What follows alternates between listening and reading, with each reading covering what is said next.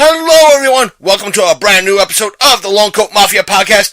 It is I, once again, the Reverend Godfather, the show's main host and front man, coming to you this week with loads of fun stuff, including a special treat after some of the things I want to update you with and give you some information about some geeky stuff and not so geeky stuff, because last week was a whole pile of confusion, and it might be again this week. But that's beside the point. One of the things I want to talk to you, at least give you guys an update about, is that last week we spoke about kind of like the DC community, or a bunch of idiots and pissed off fanboys and fangirls, kind of wanting to band together on like Facebook, and it was mostly Facebook, to write bad reviews about the upcoming Black Panther movie. And it was just like we said and we spoke about, it was just this stupid group of people that were seemingly butthurt that Marvel is beginning well-received reviews, and whether paid for or not, and DC movies kind of were, shit, for lack of a better word. So they wanted to get retribution and pretty much put out bad reviews, so the viewer score on Rotten Tomatoes would be really, really bad. It kind of like forcibly do that, ruin the movie, not so much the movie, but make people not go, and thus make the movie bomb.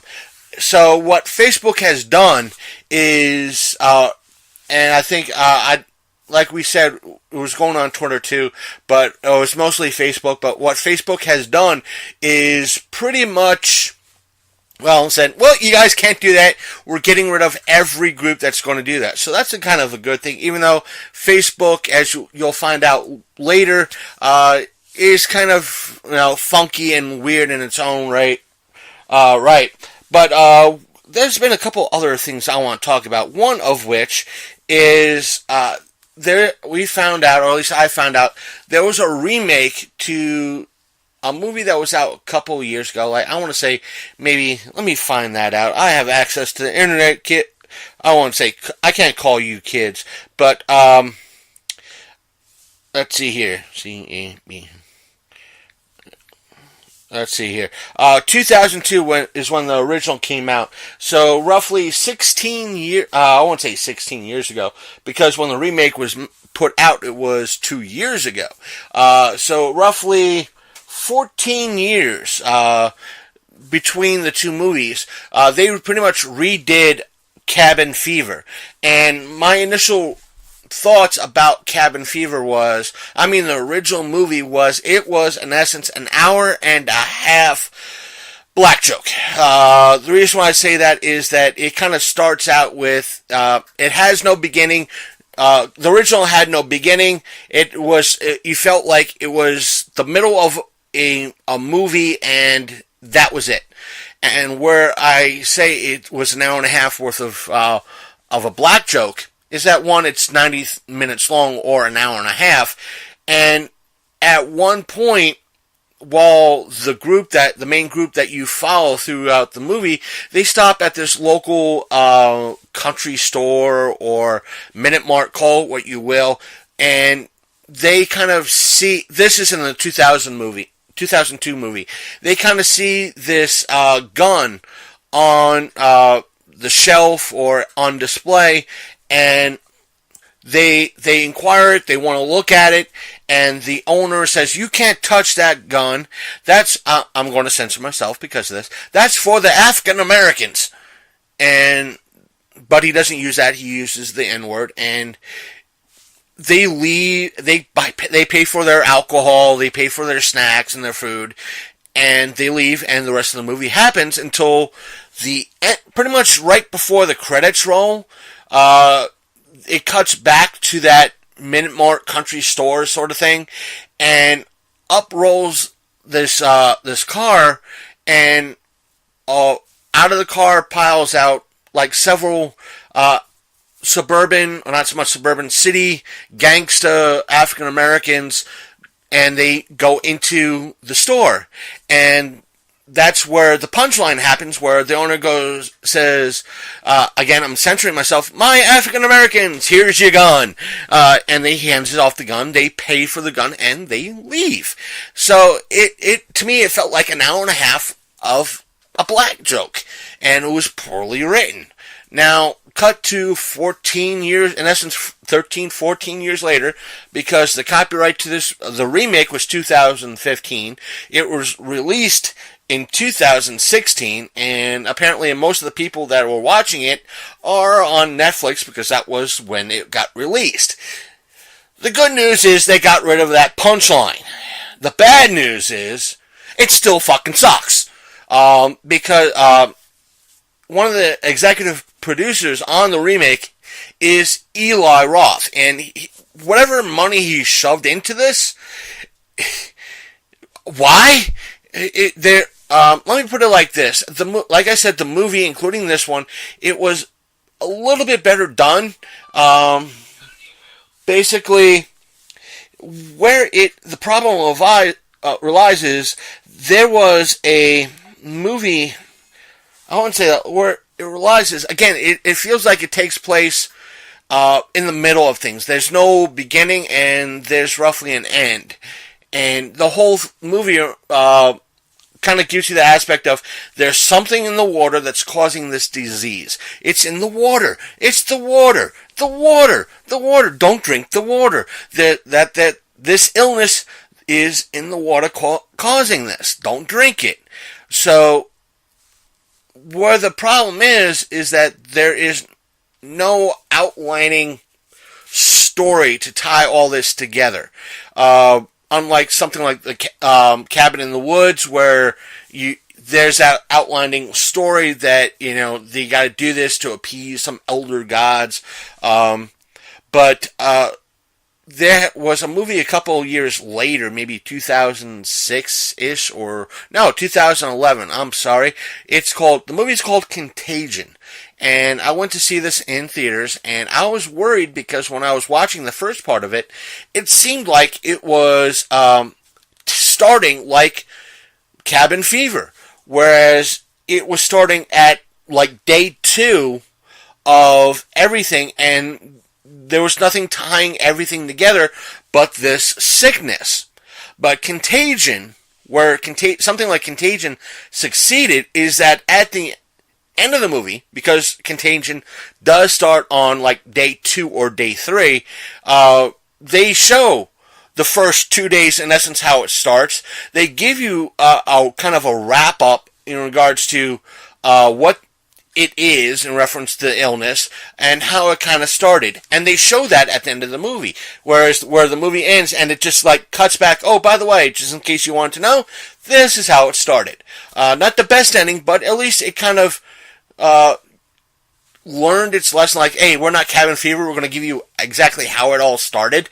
And there are movies that kind of show like day 2 and on.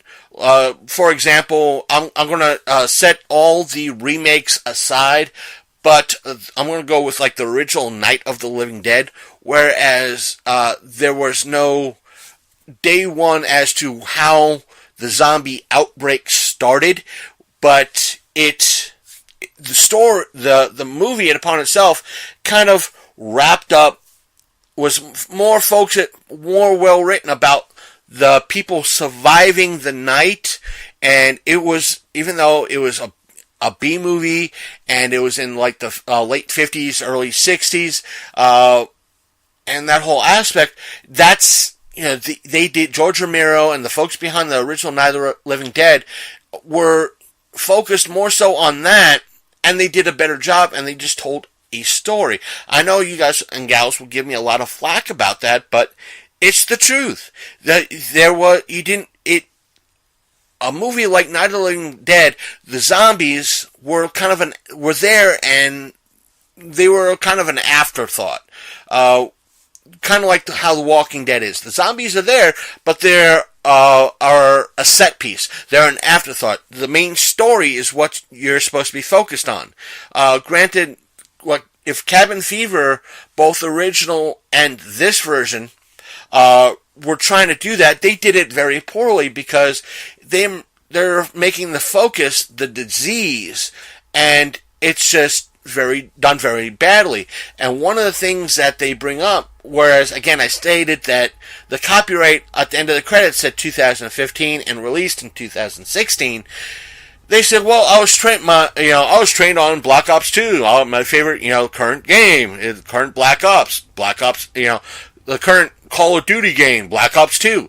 Well, it's 2015. It takes place in 2015, and at 2015, at that point, there was at least 2 other, Call of Duty games beyond Black Ops 2. I think Black Ops 3, and there was another Modern Warfare, or another one after, right before Black Ops 3 and around there, before World War II showed up. But there was at least 2 when that movie was filming. So, and they tried to update it, but it just didn't play out well. Yeah, they updated a few parts which played better, and they took some elements out. Like they had this creepy little kid that had a mental disorder, and would just bite people at random, especially people from out of town. And the father would just randomly yell at people like, "How could you? Your kid does this shit. What the fuck? You keep them inside. You don't sit them outside. This fucking young-ass Michael Myers fucking wannabe with the bunny mask. You keep them inside. You keep a close eye on them. And later on in the movie, fuck spoilers. I'm going to spoil it anyway.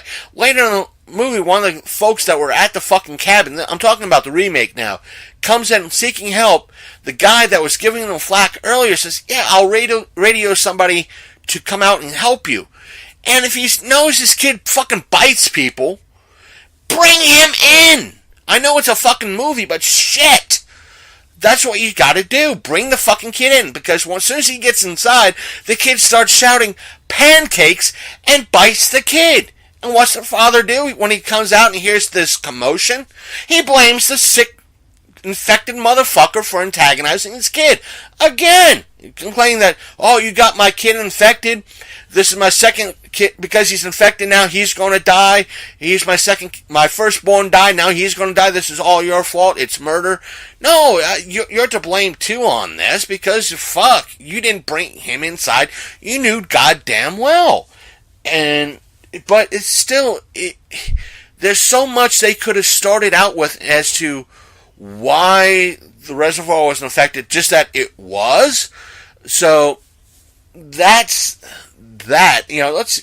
Let's kind of move on. There is one other thing I want to, something a little bit brighter, get my mind off of a few things, and one of which is that I won't say a friend of our show, but I spoke about him many times. Again, I gotta have him on the show. I would love to have him on the show one day. But here's the thing. His name is John Johnson, or Johnny Johnson, depending on his friend, level of friendship with him. I call him John Johnson. I don't think he'll complain about me calling him that. But what he did, because he is a filmmaker and has IMDb credits to his name as a director, actor, producer, so forth and so on. He realized, he came on Facebook a few days ago saying that, hey, I realized that all the trivia about me on IMDb is written by all of you. I want to put something on there that's from me, and that, in essence, you guys created. His post read, I realize now that all the trivia about me on the IMDb was not written by me. What's a tidbit I should add? Most liked comment goes on for a 30-day minimum. May the gods help me. Go. Pretty much, for those who were friends with him, pretty much, he's asking, listen, a tidbit is like facts, like he grew up here, he started filmmaking here, his most popular work was this, but He just wanted something probably goofy and interesting that he could put up as a way to get fan interaction. And there was a lot, and I mean a lot, of great and funny stuff that was brought up by a lot of his friends on Facebook. Let's go through some of the comments here. Let's start from, in essence, the beginning. There was a lot here. There's stuff like always kind to giant. I'm not going to read the names who posted what to prevent whatever name you guys spam. I know you guys have been behaving, but this is for later down the road, so no names will be said on who said what, but I will say what they said. So again, here we go. Some of it, a lot of it's completely made up, but hysterical, or put a smile to your face. One is always kind to giants. Let's see here. Has boycotted IMDb for 15 years. Encourages his fans to do likewise.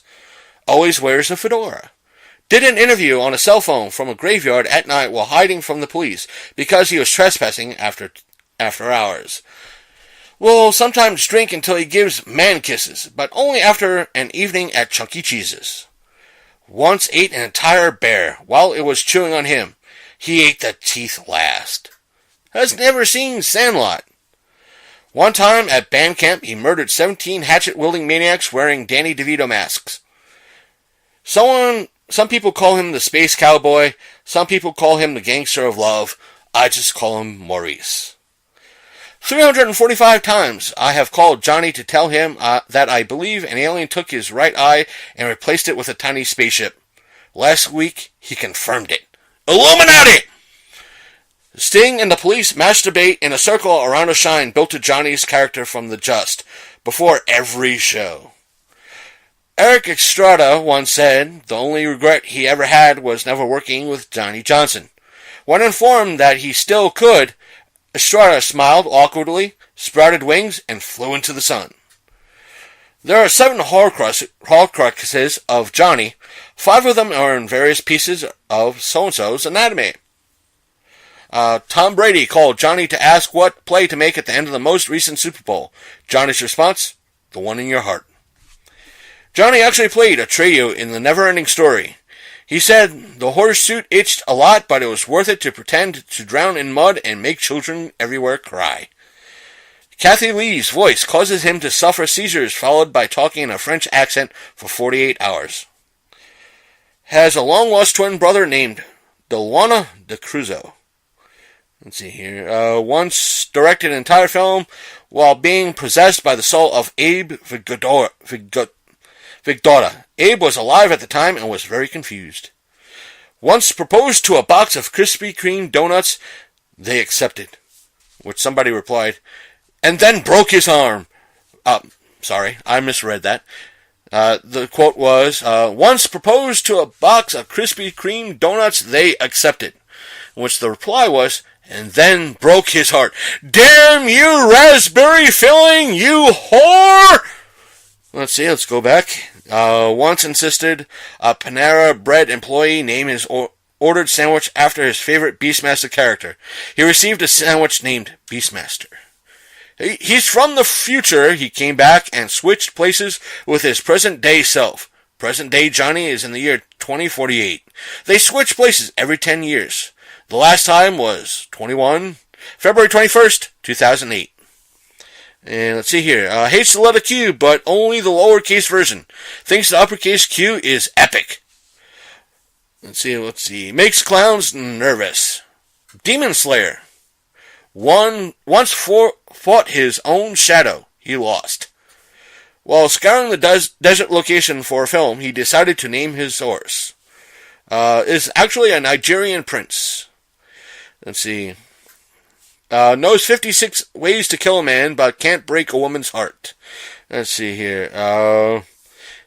Led a group of ragtag soldiers in an attack on a movie theater, which resulted in the death of Adolf Hitler and many high-ranking officials of the Nazi Party, and bringing an end to World War II.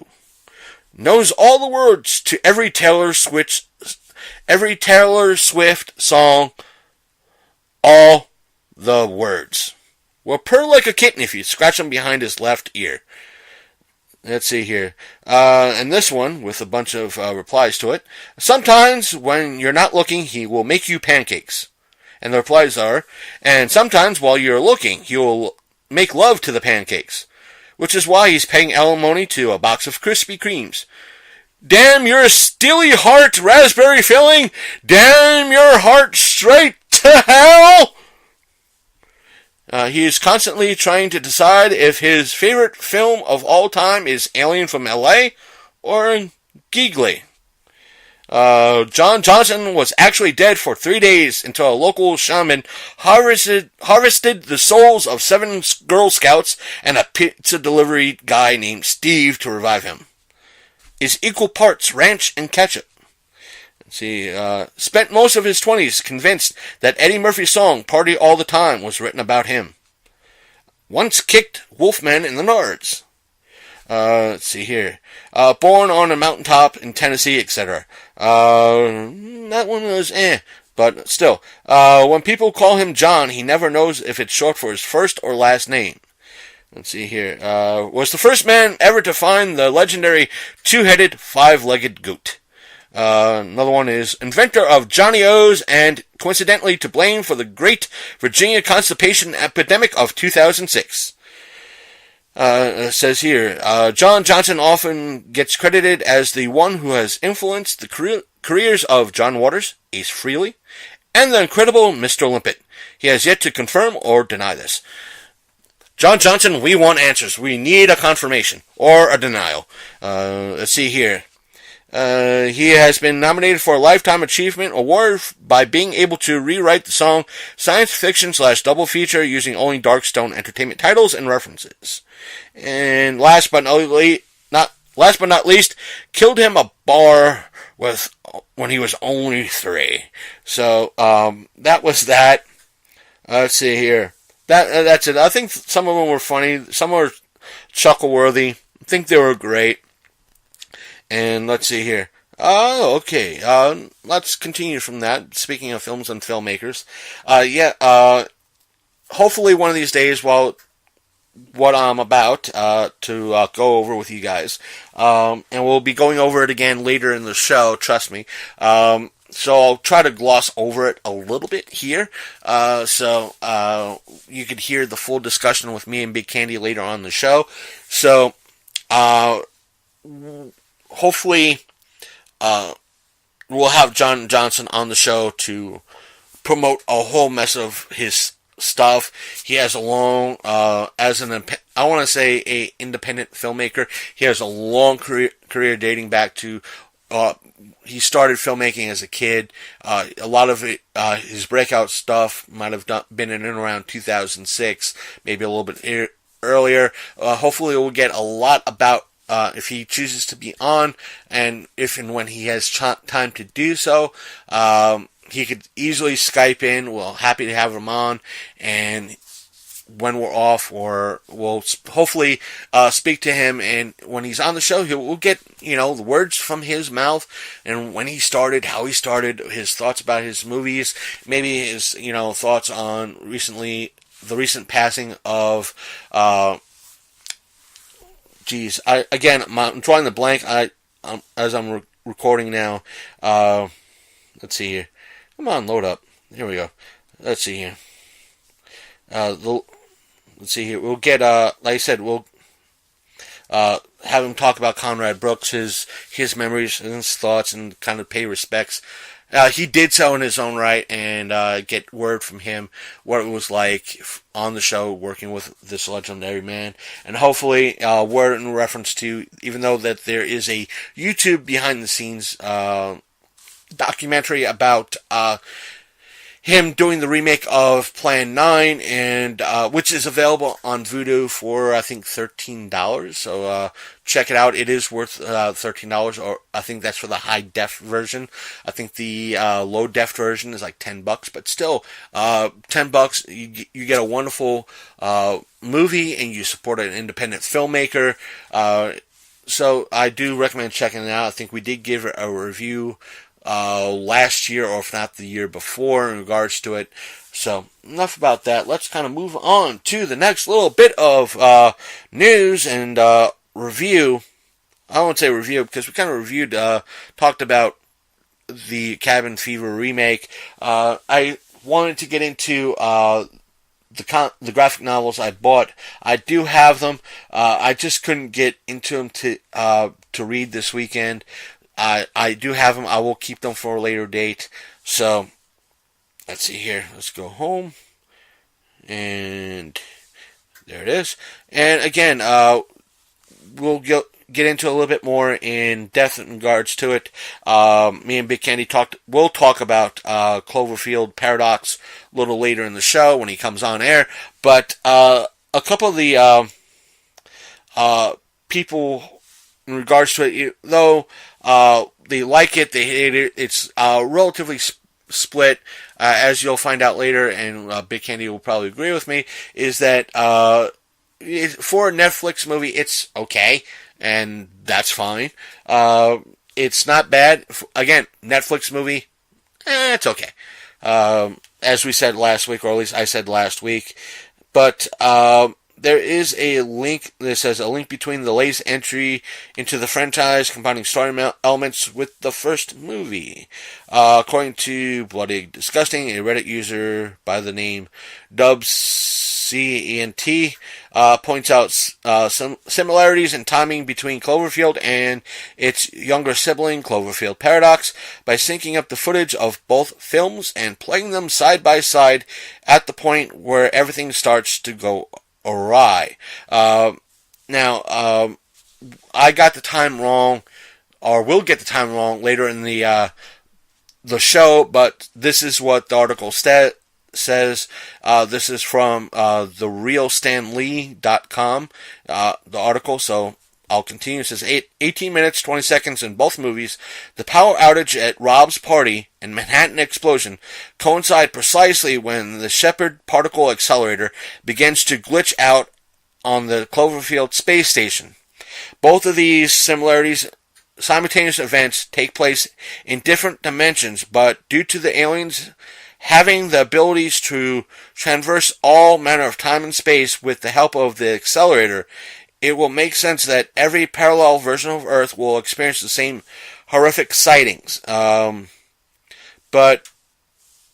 I don't think that is the case, like we'll try to explain later, that in the movie that one of the characters says, well, it could be release aliens, it could bring different beings here, it could bring monsters, demons, aliens here, so if they turn it on. But I think what happened was there was that ripple effect. It wasn't so much aliens, it was more so, you seeing that ripple. It says here, another Redditor named Ghost managed to put together side-by-side footage of both moments, showing how elaborately planned these seemed to fans of the Cloververse. However, J.J. Abrams pretty much said, just coincidental. But still, if it was coincidental or planned, it was still very well done, intentional or not. But that's about it in regards to that. And there's nothing really more I can say right now, other than the fact that if you want to hear our phone call between me and Big Candy in regards to the recent events of the whole Elon Musk Elon event with the heavy rocket and sending a car into space, please stand by, and here is the phone call. And we're back, folks, and as I said earlier, that this is an episode of Mixed Nuts. Last week was Potpourri. This time it's Mixed Nuts. Potpourri and Mixed Nuts. Jesus Christ. What kind of show are you running here, sir? I don't know, but it's at least smells nice. Sounds like mixed nuts in here. At least it's not that type of nuts. But speak for yourself. I am not in the same studio as you. Hey, I keep my nuts clean, thank you. Walnuts, right?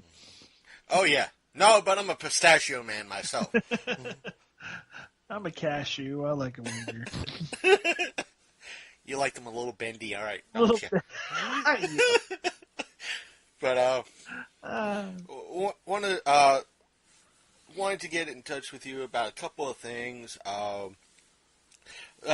I think two things we really wanted to talk about. One of which is the one thing that is a little bit most recent is Elon Musk's SpaceX Heavy Rocket. Oh, yeah. I think that was Falcon launched. Heavy Rocket. What a cool name. Right. And I don't want to know. I don't know if it was his idea. I haven't seen too much about if it was his idea or not. To send up one of his Tesla vehicles. What was it, like a Tesla 10 or something like that? Like a Tesla Roadster, yeah. Yeah, Tesla Roadster, whatever it is. And with, I don't know if it was his team that kind of did it because it had that whole aspect of the original heavy. Now, this is for you youngins out there. There was a movie way back in the, I want to say the late 70s, maybe early 80s called Heavy Metal. Right. If you haven't seen this movie, watch this movie. It's fucked up. It's fucked up, and as much as it is cool. Right. And it had that type of feel to it. Yeah. Like that opening scene. And part of there's that little screen when they showed the dashboard that said "Don't panic," yes. And it was like a nod to Douglas Adams. Hitchhiker. I'm like, oh my god, they're hitting two awesome, geeky things, Like, there better be a towel in that glove box. Somewhere. I'm like, oh my god.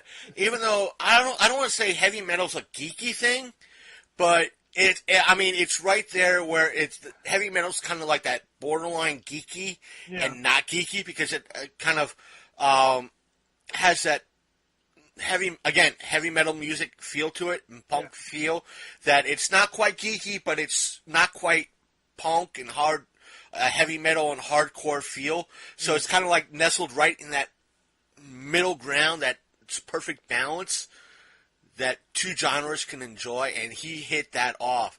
And the thing is, I'm like, if this is real, and he says it's like, it's so real that it looks fake. It looks fake, yeah. I was like, come on, this has got to be fake. But it's real. Obviously, it's real. Yeah. And I'm not knocking Elon. It's like, if he said, like, hey, we put a car in space, motherfucker. I'm like, shit. Yeah, right? And the thing is, the flat earthers are having a field day. Oh, they are freaking out. And they're like, it's so fake. It's ridiculous. Where's the stars? I don't see any stars. It's too hot. That car would have burned up. And I'm just like,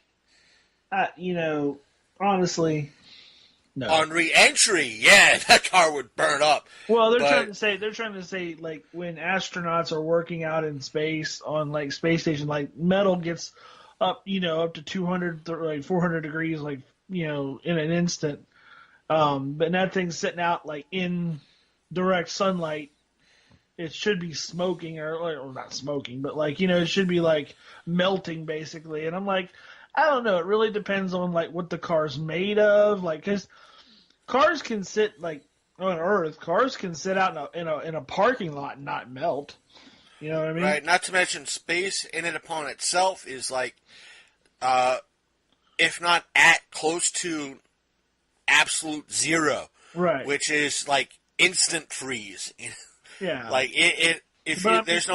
that being true, like you still have like the sun's direct energy like radiating. Right.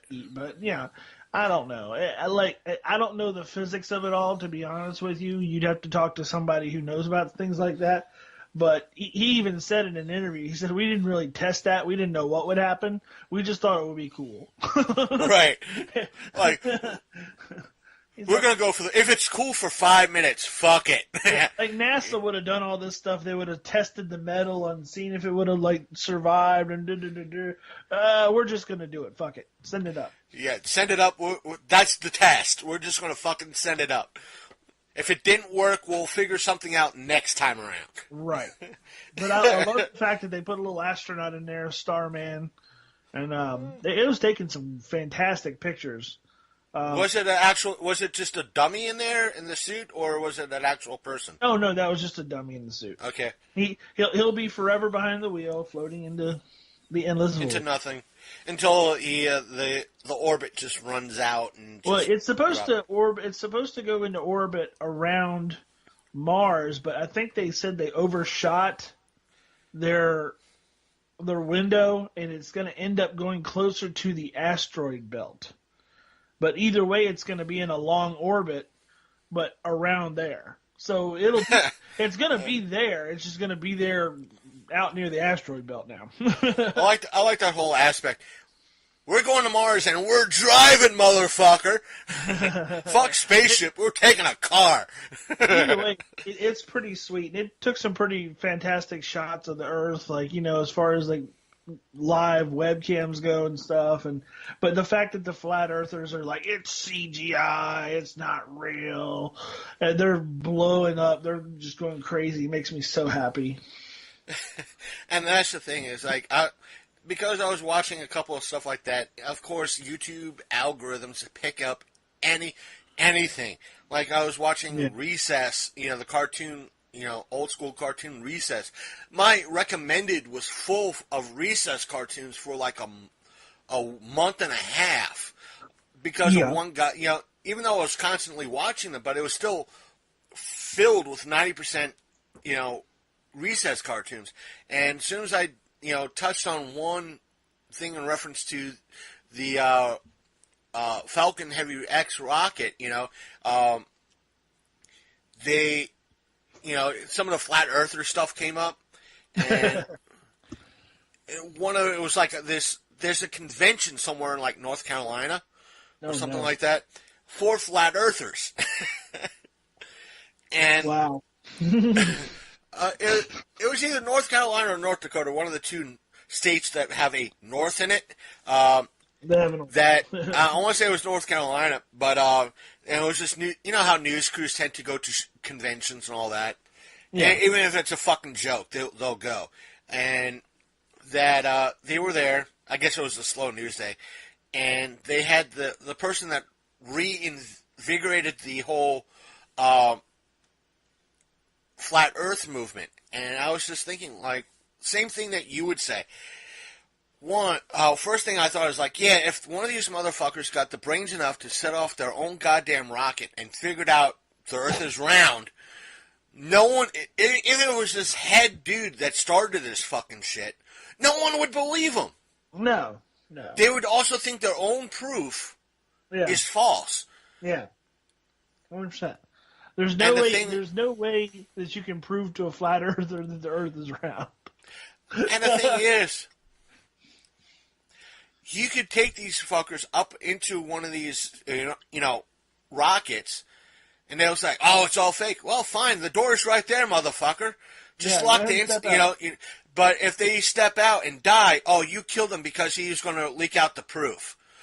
He killed himself, you asshole. We got the cell. Oh, phone camera is fake as shit. Son of a bitch, you saw him go out himself.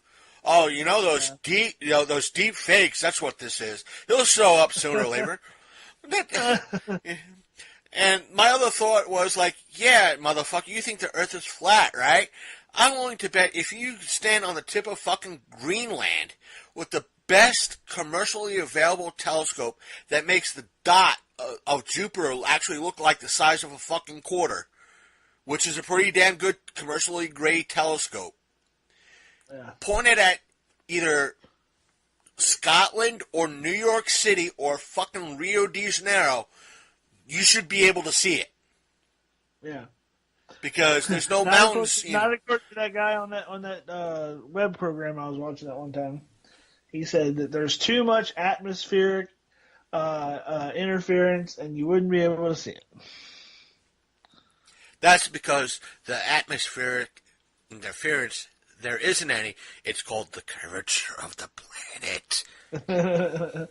But that's not true. Yeah, I don't know.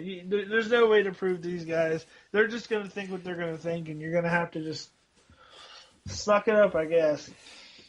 And for the most part, I'm in the same party as Joe Rogan a little bit. Yeah. I should say, Joe Rogan is kind of like one of my party. He believes that we actually did go to the moon, just that with the pictures and everything, that we did probably fake a good chunk of the photos simply because they were shit, and we needed something to send to the press. Yeah. That's why a lot of the photos seem fake, because they didn't come back as good as that they would hoped they came back as. I personally don't think that the film from our trip survived the radiation upon reentry. That's what he was saying. A good chunk of it probably did not survive it on reentry. And you're right. I think that they had to fake stuff to show to the press, and like there are scenes that I've seen sped up of them walking and riding in the lunar modules, like to where like if you just speed them up just a regular like normal speed, I guess, as opposed to like slowly hopping around on the moon. It just looks like they're hopping, and then the other one looks like they're driving a dune buggy in like some like sand. Like you can't tell the difference. Some of it probably did come back okay, and a lot of it did not. Not to mention, a lot, for those of you listening, back in 1969, and when a lot of this shit was going down, there was no such thing as digital. Yeah. It was no such thing as digital where, you want a photo off my computer? Give me a flash drive. I'll just copy it to the drive. Or I'll just email it to you. That shit never happened. It was also real important that we make sure that the Russians knew that we got to the moon first. I still say that was a large part of it, was that we wanted the world to know, and especially the Russians, that we got to the moon first. And the thing is, if we actually did fake it, the Russians would have been the first motherfuckers to go, oh, fuck no. Well, because, I mean, if you look at it, like, the Russians were the first ones to put an object in orbit around the Earth. So, right. Like, if we were going to, like, take the lead in, like, the space race, we were going to have to do something like go to the moon. Right. And that was, no matter what you say, like, I still think, yeah, we did, but at the same time, we faked some of it. Right. Even Joe Rogan was saying that with the Russian stuff, they did it, but after the fact, because they kind of needed proof of it happening or something similar, they'd fake the stuff after the fact. They'd do it first, worry about the other shit later. Yeah. And I think, when I heard Joe Rogan say that, it's like, he has a good point with that. What if that's kind of what I've been saying for a few years, that either, one, we found shit on the moon that NASA doesn't want us to know yet, or the government doesn't want us to know, so they faked a lot of the photos. That's number one, which is the least probable. Right. Two, the most probable is that a good chunk of it didn't come back correctly. Meaning, if there was mounds and mounds of footage, the stuff closer to the shell or the casing probably got bombarded and, fucked up, yet the stuff closer to the center was okay. So, yeah. And they still needed a bunch, not to mention, when you have the whole world wanting photos, video, and whatnot, they had to just pump out, which leads me to number three. If everything did come back okay, you still have a shit ton of media, whether it be newspapers or TV, wanting this shit, so they had to make more shit to send out to the media. Yeah, definitely. So, yeah, that's where the whole aspect of the fake shit gets mixed in with the real shit, and the conspiracy theorists that believe that we didn't go have a fucking field day. Which is sad to say. And yeah. And like I said, like, Elon Musk has no reason with his Falcon rockets to provide any fake, news or any fake launching or anything like that to prove, these people wrong or right. Right. I don't think it doesn't matter to him. So the fact that they're screaming CGI, it doesn't make any sense. Like, why would Elon Musk want to lie? Why would he toe the line with the government? You know what I'm saying? Right. This guy is about progress. Like, if you've ever heard him talk or you've ever heard anything like he has to say, he's all about progress and things happening and like changing the world for the better. And he's not gonna sit there and collude. But whatever. Either way, I mean, it's one of those things like, why the fuck do I want to fake this? It's Right. It's like, why don't you just go? It's too absurd and too stupid to actually make up. Well, I'll give the funny, kind of a funny scenario. It's like if I said I fucked Halle Berry. No, Halle Berry. Halle Berry. That yeah, everybody. Even if I did it, people were like, "Yeah, like the fuck you did." In your dreams, there was a picture in your hand, asshole. Yeah, it'd be like that. Even if I did. Yeah, even if I said, even if I did, people would be like, "Yeah, it was a photo in your hand, motherfucker," or it was a sex doll with her photo on her face taped to the doll's head. Something stupid along those lines. Memories. The memories. But if I said I fucked Betty White, people were like, that's so insane. You probably actually did it. Yeah.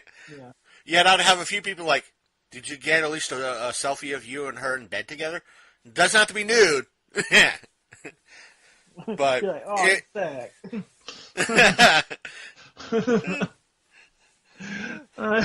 Betty White. Well, Betty White. Jesus. Poor Betty White. Poor Betty White. But she should be drug into this. It's so insane it might actually work. No. But to kind of continue a little bit, one of the things that's going on here locally, as you listeners know, that I tend to talk about what's going on locally, and one of the things that is happening, or I found out within the past week, if Matt has time, I'll speak to him about that, and it'll be a great leeway to help him promote his March show, which is going down March 24th and 25th, I think it is. Don't hold me to that date, but still, I want to get the exact date. I'll rather him promote his own show and have him come on and just sell the hell out of it like he normally does. But what is going on here is that we have one of the biggest events in the Martinsburg, West Virginia area is Bike Night. Now, Bike Night, I'm not talking ring ring motherfucker. I'm talking vroom vroom motherfucker. About, I'd say over the past, let's see, I've been living in Martinsburg itself since 2010, so I've been going for the past, including last year, 7 years. And I've seen the last 2 years the amount of people showing up decline. While some other events, the attendance has actually risen. But for Bike Night, I think the reason why attendance is going down is because when they have their custom bike contest, like when you go to, this is just for the listeners, when you go to like a pop culture show, there's a cosplay contest or something similar, a drawing contest, or a makeup contest, whatever it is, depending on the show. Bike Night usually has a custom bike contest. One reason why the attendance is going down is because the same two companies win year in and year out. If it's not one, it's the other. And there's several companies in the area. So they're telling their people, if it's just these two company is going to be winning again. And for those of you out there or big time wrestling fans, it'd be like if Cena and Brock Lesnar constantly win the major championships in the WWE. After a while, fans are not going to watch because the same two fuckers are going to be winning the titles. Yeah. You know, why bother watch? And so, in this case, why bother coming to these events? Mm-hmm. So instead of maybe 2,000, 3,000 people showing up, if not more, it's closer to 1,000. And some of the people that come in on their bikes come in for 5 minutes and just leave. Yeah. Because what's the point of staying around? And not to mention, back in 2015, before we started up, and when I spoke to our local promotion group, that when I told them about what happened in 2014, because there were several rumors, instead of it being cover bands and local actual original bands and talent, word came out through several sources that it was going to be nothing, instead of rock bands, it was going to be rappers. Mm-mm. And one of the responders to that said, if it's going to be rappers, I'm going to be on one of the rooftops with a rifle and just start shooting people. So that was, that was one of the words going around on several things I was going at. And I got a shocked look from that local promotion group. Now, this year, there will not be a bike night. Will not be a bike. They canceled it. And normally the big sponsor and the big promoter of this, they team up with a charitable bike group. It's called the bike group is Blue Knights. They do a lot of charity work for cancer societies, kids, and the whatnot. Yeah. They're not sure. I want to say that it's mostly cancer related. They do a lot of fundraisers. That no harm, no foul.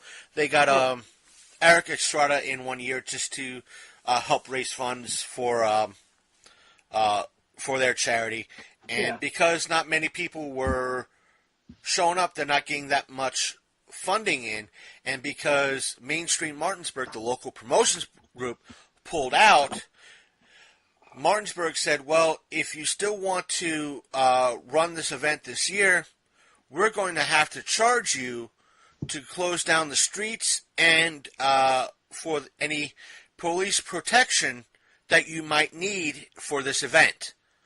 Oh, jeez. Which is what they pretty much said to the Soapbox Derby group which happened last year. Now, with that, a lot of people stepped up and donated to the Soapbox Derby people so they could have the event because I think they said the city wanted like $20,000 or something like that for them to close down that particular part of the city for them to hold the event, and they didn't have that type of money because that money it was like anywhere from $2,000 to $20,000. I forgot it was. There was a huge chunk of funds. They said, well, the money. It came out in the paper saying that the money that they would have be paying the city to close, rent that street for the few hours would have went to like the top 3 or 4 winners to go to nationals for their hotel, their flight, their food, the whole 9 yards. That's what that money would have went for. And now that money, is going to. You still there? Yeah, I'm still there. Okay, it sounded like there was a little bit of feedback through Skype. So, but it was yeah. But they said if they had to pay the city, they would be able to do that.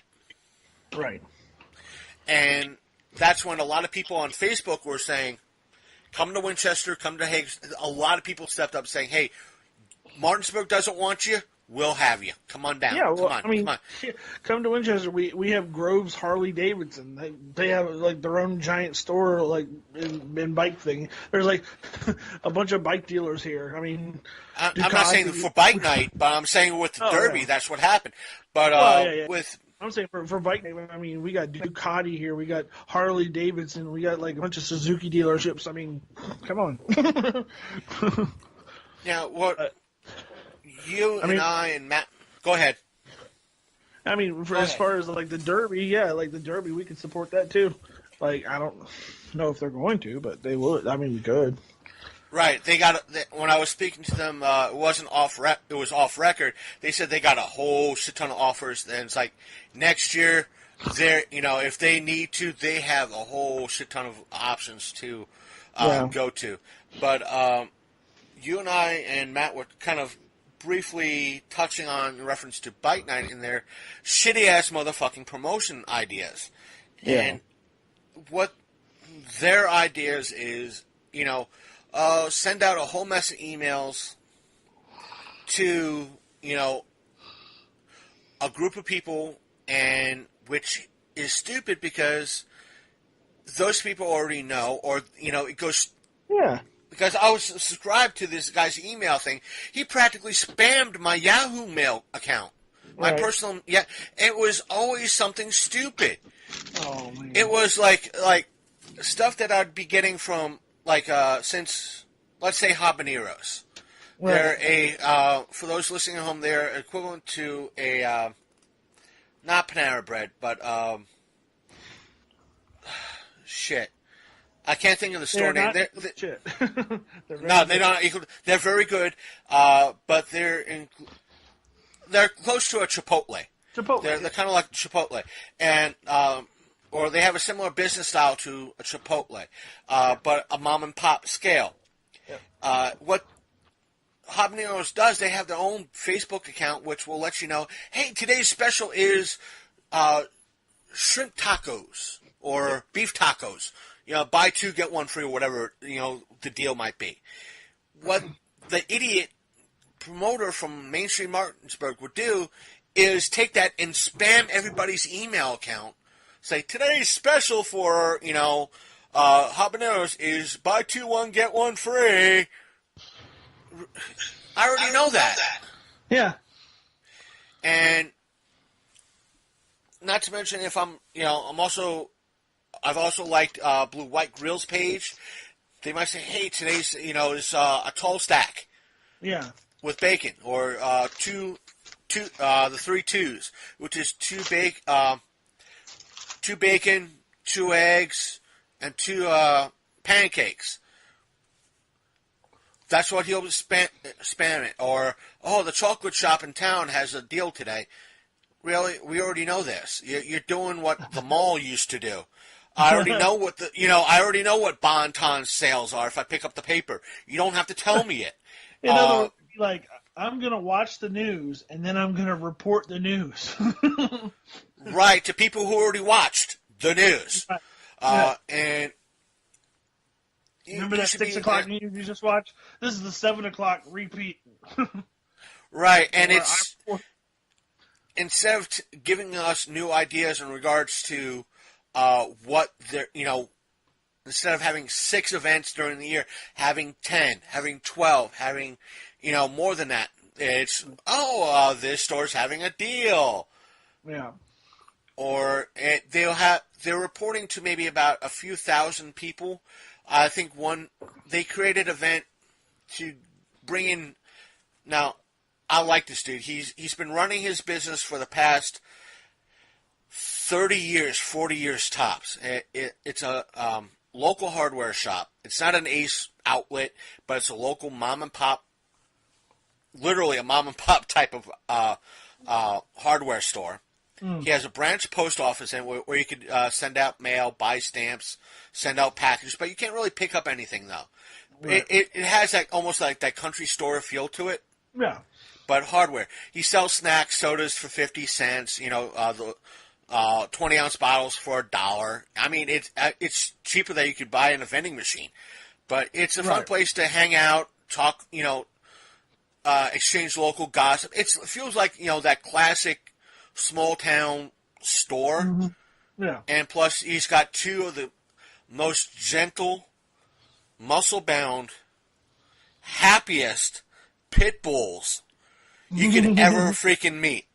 And I've only seen the male bark at me once, and that's because I was giving more attention to his sister than to him. Yep, that's it. But they try to bring in more customers to him because he needed more customers. Let's have a coffee social. That's not what you're really supposed to do. And yet he was like, I don't. He told me when one of the people from the Main Street came, he was like, I don't know why they chose me for this thing. And he's like, he says, I'm the only person in town that sells this type of paint, and I get people from 5 states. From Ohio, Pennsylvania, Maryland, New York, New Jersey, because I'm the only motherfucker that carries this type of paint. And it's like one of the, they only sell it's like oil versus latex, and he carries the one version, which is like the better version, and people come to him to buy that type of paint. Yeah. So he's like, and the only reason why that happens is because that company lists my store on their website for it. So people come here, and it's like, that's for me promotion. It's free promotion for me. And he doesn't mind that. And he earns his own the money for his store traditionally, plus he gets the city comes in to buy some stuff right from him too.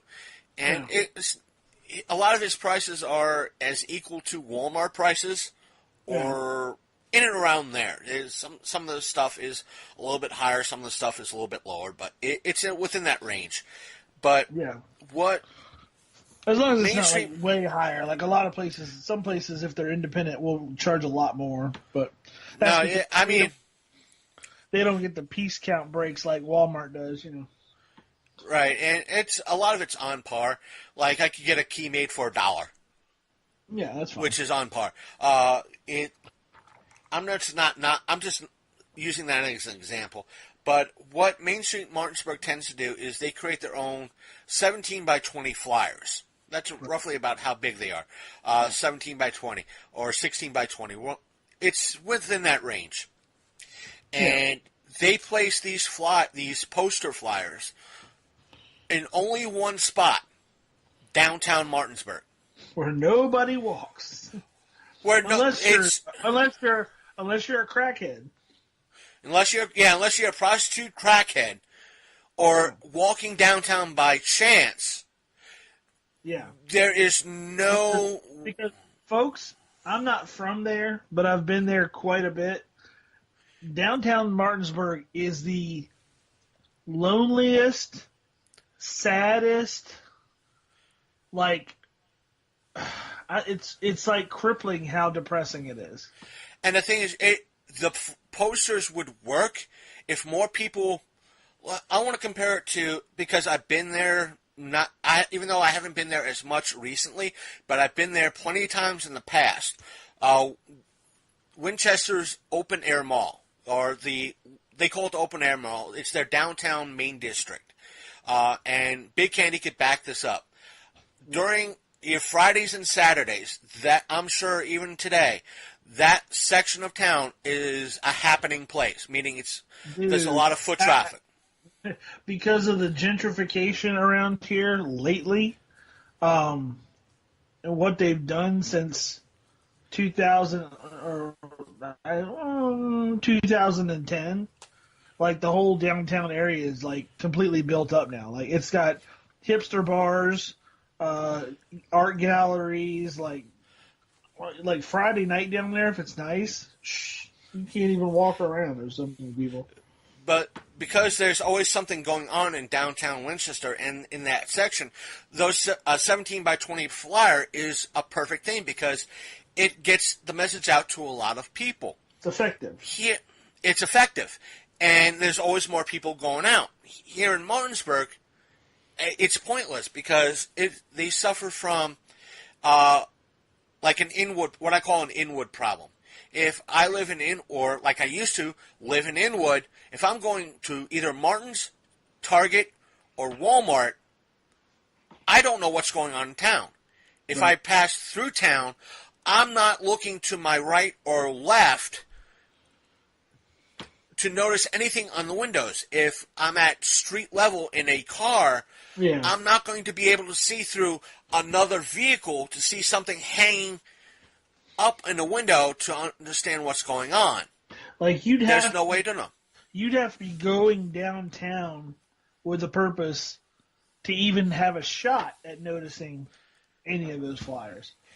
Now, one of the things do they hang them in the active businesses, or do they put them in the businesses that there's nothing in? Mostly it's the active businesses that are part of.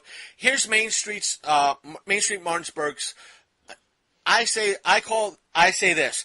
Main Street Martinsburg is more mafioso than my fucking show, because they literally will. Because I say this because I was on. I won't say speaking terms, but I was always in that particular shop to pick something up, whether it be like milk or iced tea or something like that. And I was always talking to the owner, and he said when he first started, he was gunning for the proper paperwork, the tax forms, and the alcohol permits and all that. And he said Main Street Martinsburg came in and said for like $75 a year or whatever it was, or a couple $100 a year, we'll help you ease through all that. We'll tell you how to set up your business. And that membership will allow you to sponsor events. Right. Allow? Yeah. If it was me, I'd be like, wait a minute. I have to be a member for me to sponsor your events. Yeah. And he said, and part of their gimmick was, we'll offer you specialized loans. If I need money for a business, I ain't seeing Main Street Martinsburg. I'm seeing a fucking bank. Yeah, I'm going to the bank. I'm going to the bank. Or I'm going through the federal government to see if I could have a certain grant. Right. Or state to see if I can have a certain grant. Because some states and some, depending on what I want to open up, there might be a federal grant fund for that. Right. Meaning, if I'm opening up, let's say, a karate studio, or a self-defense studio, or an art studio, there could be a federal grant for that, or a state grant for that. And it's like, well, we'll offer No, if I'm a good bank customer, they're going to give me a great rate. Yeah, I'm not going to Main Street Martinsburg. Where are you guys laundering money now? and the thing is, and one of the things is like he wanted to set up a booth for, I think, their chili festival or one of their events, and they never got back to him. He doesn't. You could email him, be a member, and email him. He will not respond.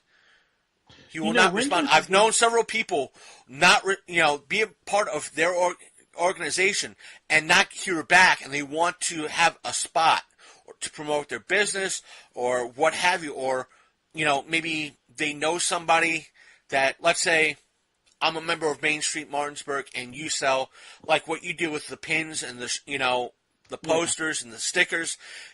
You want to sell something there. All right. I could promote, my business, have you set up there. He'll never email me back. Right. He'll never return my phone calls. He'll never email me. Nothing. Not a thing. Winchester did something really sketchy that kind of reminds me of this stuff. A couple years back, how Apple Blossom is in Winchester. Apple Blossom is for people that don't know, is an annual citywide festival that we have that consists of 2 days, one day a Friday, the other day a Saturday, where there's street vendors that set up in the middle of the street in our downtown area. The streets are closed off. in two directions, and basically they set up like carnival food and like games and a whole bunch of mess. Anyway, there's business. About I want to say at least 10 grand people show up for this. If it's at least 10 grand, it's got to be at least 10 grand. No, it's a lot more than that. Usually it's like 30,000, 40,000 people. But I want, so I'm not, I'm far off, but I'm just going lowball probably. Yeah, I know you're going lowball. I mean, maybe, I don't know. The crowds actually have diminished, and it's still 30 and 40. But the local businesses that are down there, they, unless you're a part of like some kind of promotion thing that they have, like I want to say it's the Old Town Business. Oh, what is it called? Old Town. It's like the Old Town Business something. Unless you're a part of it, like somebody can set up in front of your business that has nothing to do with you, and you're not allowed to have a space. So, like, say, it's a good opportunity for like a local business to set up their stuff and have people walking by. If you're not a part of the Old Town Business, whatever, they basically rent your spot out in front of your store where somebody can block it with a tent or with a booth or something, and disallow access almost to your store during this event, where you have no access to setting up, say, like if you wanted to set up whatever it is that you sell in your store out on the street, you're not allowed. And that's kind of what that sounds like to me. Like, it's like, unless you pay our little extortion fee here, like you're not allowed to be a part of our community. Right, and one of the things, I don't have it on the device in front of me right now, but it's on my phone, which is charging while I would have sent it to you. They're local, as of this recording, it's the 11th, Saturday the 11th, for 5 days, for Monday. Now, here's the thing. From Monday the 5th to Friday the 10th, they had a downtown restaurant event. Wait a minute. Now, what it was about, it was to bring in people. Now, here in Martinsburg, a lot of the people refer to the location as Foxcroft Row. It's the road that used to lead from, in essence, exit 12 to exit 13, a road that ran parallel to ID1 between exit 12 and exit 13, which ran right near to where Walmart and the mall is, and it's like Foxcroft Road. And on this road is nothing but like Taco Bell, Waffle House, McDonald's, Chick-fil-A, chain stores, chain restaurants, Ruby Tuesday, Outback, Buffalo Wild Wings, restaurants like that. Yeah. Now, again, for 5 days, they had this downtown restaurant event that it's supposed to help celebrate the restaurants that are in the downtown area. Which are like three. It's more than three, but a lot of the people, you have a Chinese restaurant close to where the library is. You have a kind of a Caribbean cuisine place that's further down on King Street, but there's like a couple restaurants, but nobody know. It's like you're having an event for 5 days during the week. Yeah. During the week, and like who's coming? Granted, people might come on a Friday night, but what about the weekend? You forgot about Sunday and Saturday. Well, and that's number one. The weird thing with Martinsburg is I wouldn't know that there was any kind of restaurants down there. I know Habaneros because you pointed it out. I know the diner because you take pictures there. And I know that one little bakery because, I passed by it on my way to the library when we used to go there. Other than that, I don't know what's over there. I know that there's, Wendy's and stuff. That's about it. And there's a pizza place because that's where you picked me up a couple of times. Oh, yeah. And that's it. But the aspect is, I guess it was designed to bring in people off of Foxcroft Row. Yeah, but but they're not promoting it on Foxcroft Row. And there's also, that's the thing. There's also nowhere to park. Like downtown Martinsburg, like there needs to be like an auto park or something somewhere. There's nowhere to park. Like parking down there is like so damn impossible. Like you have to park super out of the way from wherever the hell you are, and then you got to trust that your car's not going to get broken into. Right, and it's they have one small parking lot as public parking. Unlike where again Winchester, they have an auto park.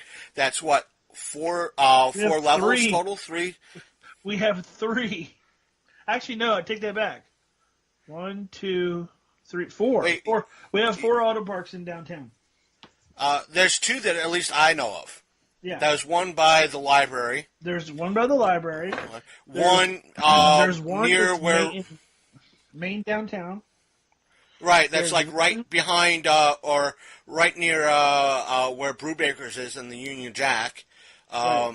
That's what I'm talking about, right in between there. Right. There's a new one that is behind the George Washington Hotel. That one you've probably never seen. There's one that's down by the judicial buildings, like where the municipal buildings are. Oh, yeah, there's that one. That's 3. Yeah, I know where that one is. And there's one up on the hill past downtown that you probably have never seen. They call that one the White Elephant because nobody ever parks there. So there's 3 that I know of. The one by the Judicial Center, and the 2 that are the one near the library and the one near between, or I say the road behind where the Union Jack pub is. Yeah. So you, or roughly that area. So there's 3 right near. I mean, literally like right near downtown. And plus there's street parking. There's parking lots that are not restricted. There's plenty of places to park downtown Winchester. Yeah, and the auto parks are at least 3, maybe 4 levels. If you want to count the roof, but they're automated. Like you don't have to talk to anybody anymore. Like you just go through and pay. It's like an automatic thing that gives you a ticket. It's like maybe $2 or $3 for the day or something like that. For the day, I think it's a whole day is like $7, but something like that for an hour it's like 50 cents. Yeah, but that's Winchester. Here it's like, yeah, we have a parking lot. That's it. No. And we have downtown parking. If there's an event, you could screw the downtown parking. Yeah. Period. And they expect all these people, like you're promoting events that people don't know that's going to be at. Yeah. If I again use that aspect, if I live in Inwood and I like chili and you have a chili fest every year, right. Tell me how you're going to get me to this event. Right. If I'm only going to Walmart, Target, Martin's, period, how am I getting to this event? How do I know about this event? It's just like a bike night. Okay, you have bike night, and I'm coming from Winchester. I'm a bike enthusiast, and I'm bringing all my friends. Where am I parking? It's like we're driving motorcycles. Can we park on the road, or is the road blocked off? There's being that there's no parking downtown.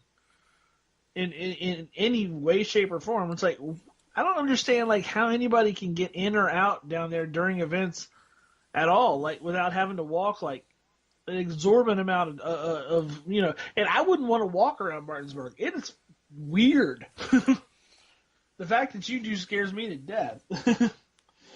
Right, and the thing is that they have the aspect of. It's like I could tell them. It's like the main reason why. 2 main reasons why that. Oh, we have a web presence. They'll say we have a Facebook presence. Yeah, here's the thing. I could tell you flat out. Popular YouTuber Boogie2988. Sorry, phone was going off.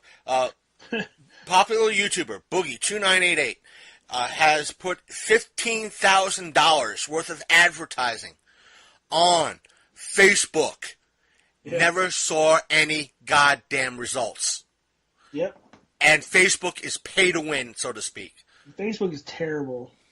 Like you can like put ad space on there, and like what you'll get is a bunch of people that will come to your site and they'll like stuff instead of buying it, or instead of like doing what they're supposed to do, coming to events. They'll just like them. It's weird. I like this event. Okay, well, why don't you come? Nah, I'm just gonna like it. Yeah, and that's the thing for when we try. At least I tried it with the whole aspect of boosting posts and advertising. Instead of, they promise like, oh, for let's say $20, you'll get 10,000 more views. Instead of seeing 30, I saw 230. Yeah. I didn't even see, that's with tags and everything else. I didn't see anywhere close to the bare minimum. Right. And this is the common story of a lot of people, from YouTubers on up, from people like myself. Yeah. And I still hear a lot of people on a lot of the groups, I'm like, oh, you have to pay. Like, what the fuck are you paying for? Right. I could spend 15, 20, I could spend $150 if I had that and not see an extra, I wouldn't say 2 extra views. Nope. Or 2 extra hits on my link. Or maybe an extra 100 views on it, and no one will touch the link. No one will touch anything on it. I might get 5 extra likes, and that's it. Yeah. On that particular post, if I'm lucky. And they're like, well, we have, Main Street Martinsburg will say, hey, we have 2,000 people that like our Facebook page. Yeah, and there's in the tri-state area, there's maybe 150 to 500,000 people. Yeah. That's pathetic. That is legitimately pathetic. And maybe half of those people, not even 10%, will respond to your posts. And out of that 10%, maybe not even a percent out of that will come to the events. Yeah. And that's true. They don't understand that. It's like you actually have to, you have to put stuff out. Well, we put stuff in the journal. Listen, if I'm going to events constantly in Winchester, I'm not reading the journal. I'm reading the Winchester Star. I'm reading the Hagerstown paper because that's where I'm going. Yeah. I'm not reading the journal.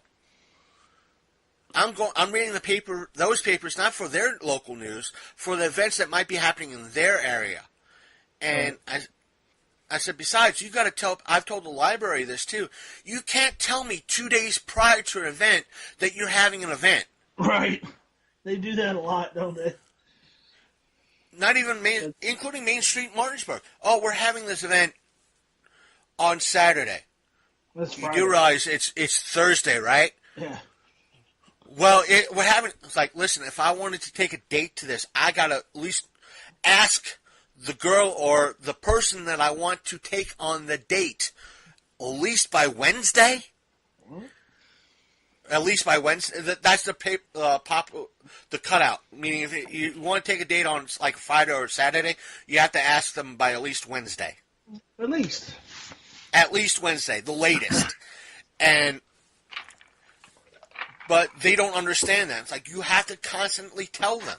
Well, we don't want to tell. No, you have to. There's a reason why people who put on true events let people know a month in advance. Let me take the home show and fucking Apple Blossom. When I was working in Winchester, I knew about Apple Blossom the earliest December. Yeah. At times. The latest, as soon as the new year hit. Yeah. And when's Apple Blossom this year? Well, like April? May? Well, we always know when it is. The problem lately with Apple Blossom is we don't know what's going to be with it. Like their thing is, and this is not Winchester, it's the Apple Blossom actual, like, committee, the people that, like, do Apple Blossom. They've been getting worse in like every year, but we don't ever know like who is going to be the celebrities or anything until it's almost like time for the event. And you know that's one thing I guess that's universal with us and Martinsburg is like poor event planning. And as far as like celebrities and stuff goes, like. But for the most part, when it is. Well, the at day, least several months. At least when January hits, you start seeing apple blossom stuff. Yeah. Coming out. Yeah. You might not know all the details until maybe a week or two prior, but you still, like, oh, get ready for apple blossom. It's coming. It's coming. It's going to be these dates. Well, and they do a really good job promoting it, even if it's not specific. Like, I can tell you right now, like, people do actually come from all over the United States to go to it. So, but you know what I'm talking about. At least a couple months in advance. Yeah. Let me put it like this. Before anything happens in this town, I know about the Eastern Panhandle Home Show. I know about it as soon as February hits. I know about it. And I fucking walk everywhere. Why? Yeah. Because there's signs every fucking where. there's like, where I work near Macy's, FedEx, Quad Graphics, GM. It's literally a GM plant, an auto parts plant. There's a billboard promoting the home show. Yeah. There are not. I'm not talking the little stupid little stick 'em in the grass type signs. I'm talking a good 4-foot to 10-foot sign by about 5 foot high, 6 foot high, promoting the home show and various banks for an event in March, end of March. Not in downtown, around the town where there is the most traffic and people are going to say, it's like saying, the home show saying, this is an event that you might want to come to, motherfuckers. Yeah. You got a home, come to us. It's that type of ordeal. Yeah. Well, it's funny, too, because they're right off, Martinsburg is like directly off of 81. Like, directly off of 81. Like, you can look at it while you go by. Like, it's a wonder they don't have, like, a big, like, billboard sign out there promoting stuff, you know what I mean? Like an electronic sign, like, this Saturday, the 10th, like, this, and this, But they won't. It's like, you got to bring people. If I went in and said, you have this particular event, let's say the chocolate festival, this is happening when? Okay, I go to Target, Martins, and Walmart. How do I know about this event? How am I supposed to know about this event? Oh, it's in the paper? I don't read the journal. Is it on the radio? What radio station am I listening to? Wink FM. Yeah. If I'm listening to Wink FM because that's the strongest fucking radio station in the area, or I'm listening to Bob Rocks, out of Hagerstown, even though despite what he said in the past or what the show's been saying in the past, but if I'm listening to either Bob Rocks or Wink FM, how do I know about it? Are you promoting on these stations? No? Then I don't know about this event. Therefore, you don't have me coming to this event. And it could be a great date event that I could bring a loved one or somebody that I'm seeing, whomever that might be. And I'm trying to be neutral as possible. But they don't understand this. They don't want to understand this. And the thing is, I could tell them right now, it's like, if I'm doing a better damn job promoting my show than you are promoting your events, that is freaking sad. And I walk everywhere. And that's the sad thing. It's like, I could be on, I still got to be on Jay's show, but I do crossover events, which means they should be, going to an event in Winchester. They should have a booth in fucking Apple Blossom. You know what I'm saying? Promoting stuff here in fucking Martinsburg. But they don't. It's like, you should have a booth at the home show. You should have a booth and down there. But we can't do that. We don't want to. Yes, you should, because I would have a fucking booth. I would have, if the booth at the home show wasn't like $500, I'd have a fucking booth there for the weekend. Yeah, it's not what a lot of people say, it's not your demographic. You know what?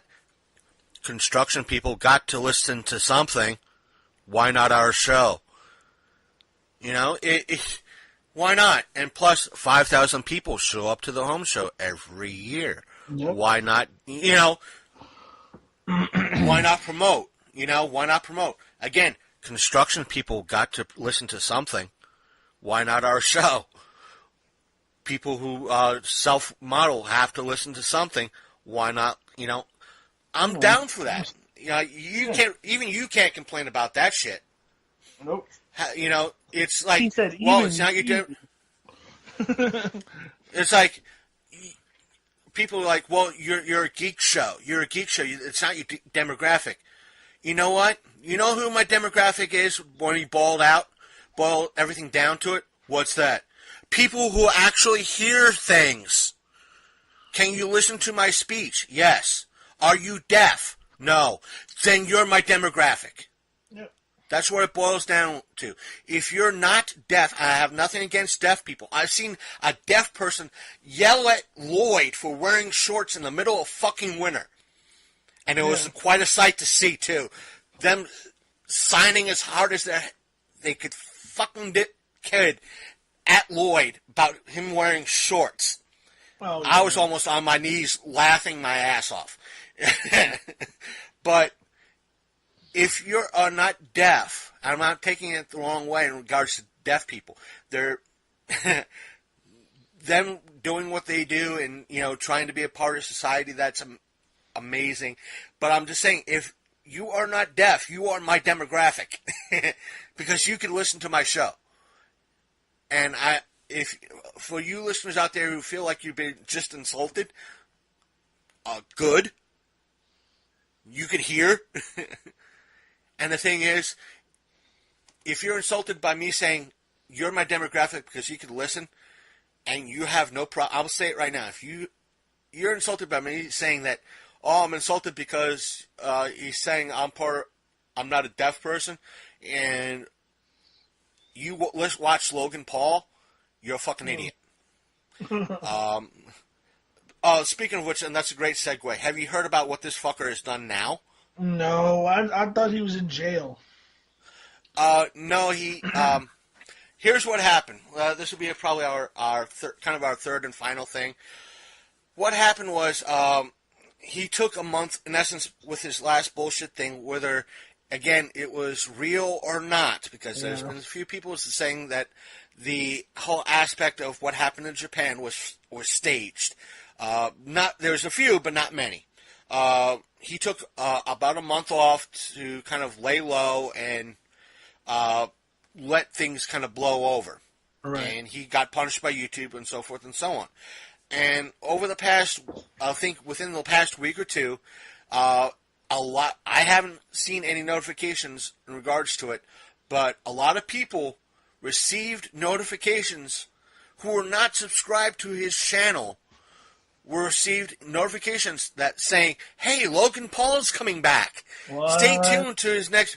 Yeah, YouTube was pushing this notification, and they said, oops, sorry, glitch. No, that's bullshit. Really, YouTube? That's disgusting. It gets worse. And one of the first videos that Logan Paul puts up is him tasing a dead rat and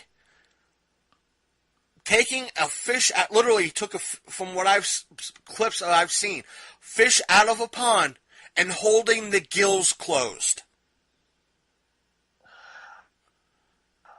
And YouTube in response said, you know what?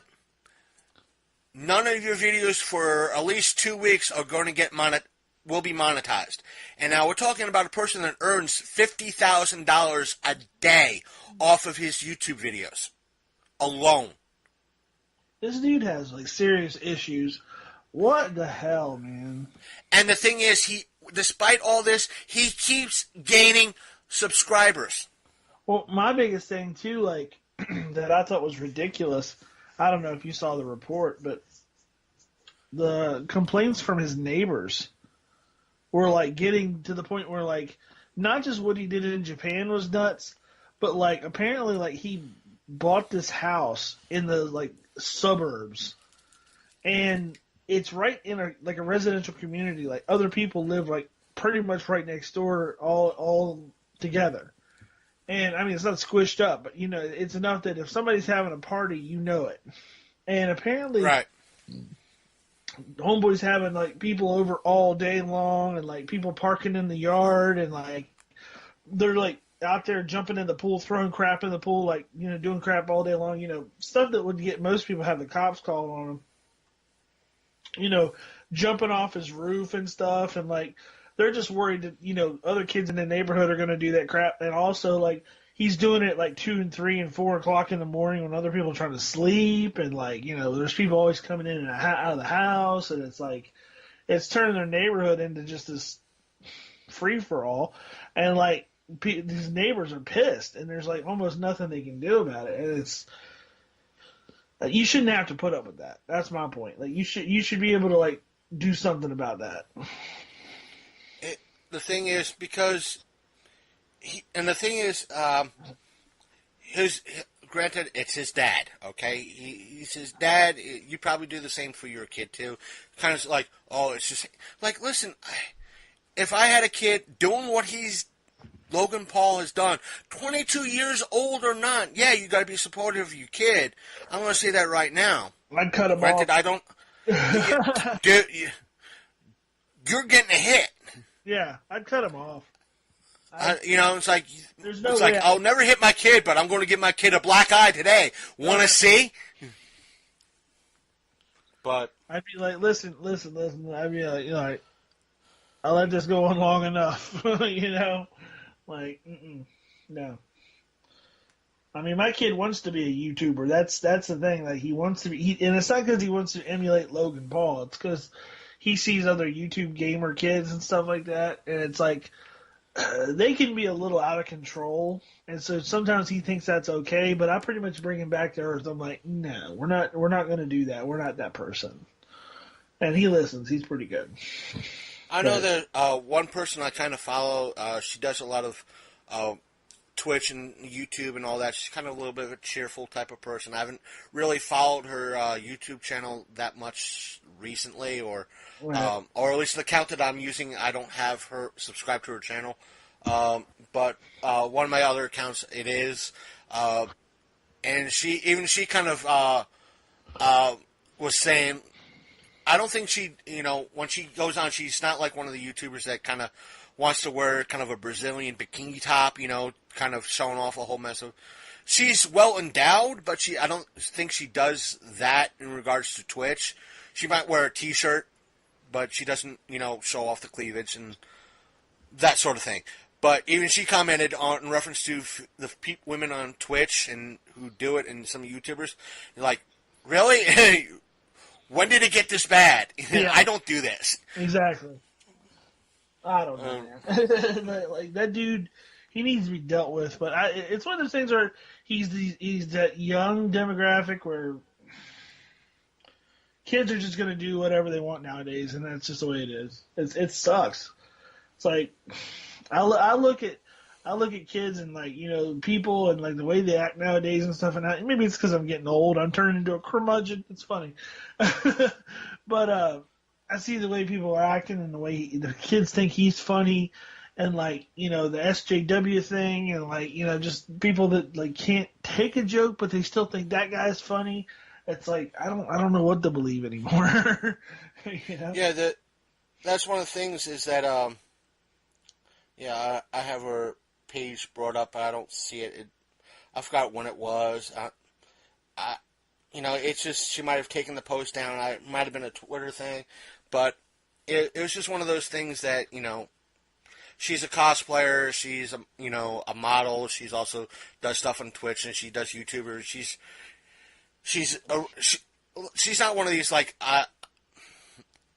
to kind of quote Zombie Bunny, I'm a gamer, you know, I'm wearing a bikini, you know, that whole old lot thing, like, look at me, I'm a gamer, I'm wearing a bikini. She's not one of these. She's actually, when you see videos of her stuff, that she's done with her stuff, and the whole, literally, like, glass cabinets and display cases full of, like, BioShock stuff and, you know, gaming stuff and Loot Crate stuff and, you know, other fun Star Wars stuff.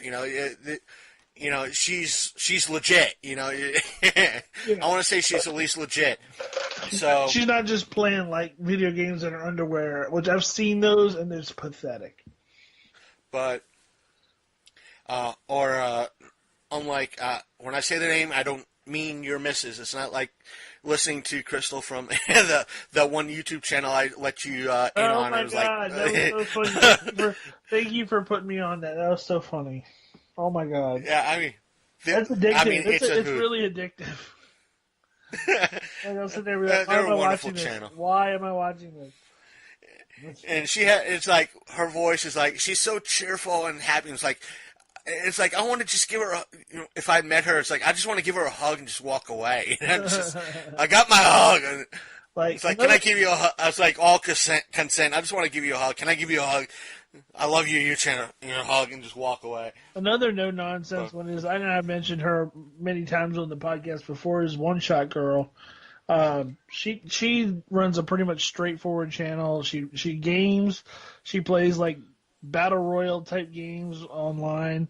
She has a set amount of friends that she plays with. Like there's like people that she plays with all the time, the same regulars. She doesn't do any bikini crap. She doesn't do any like sexy stuff. All she does is sit there and pretty much she's a gamer geek just like any of her friends. Like she's pretty straightforward.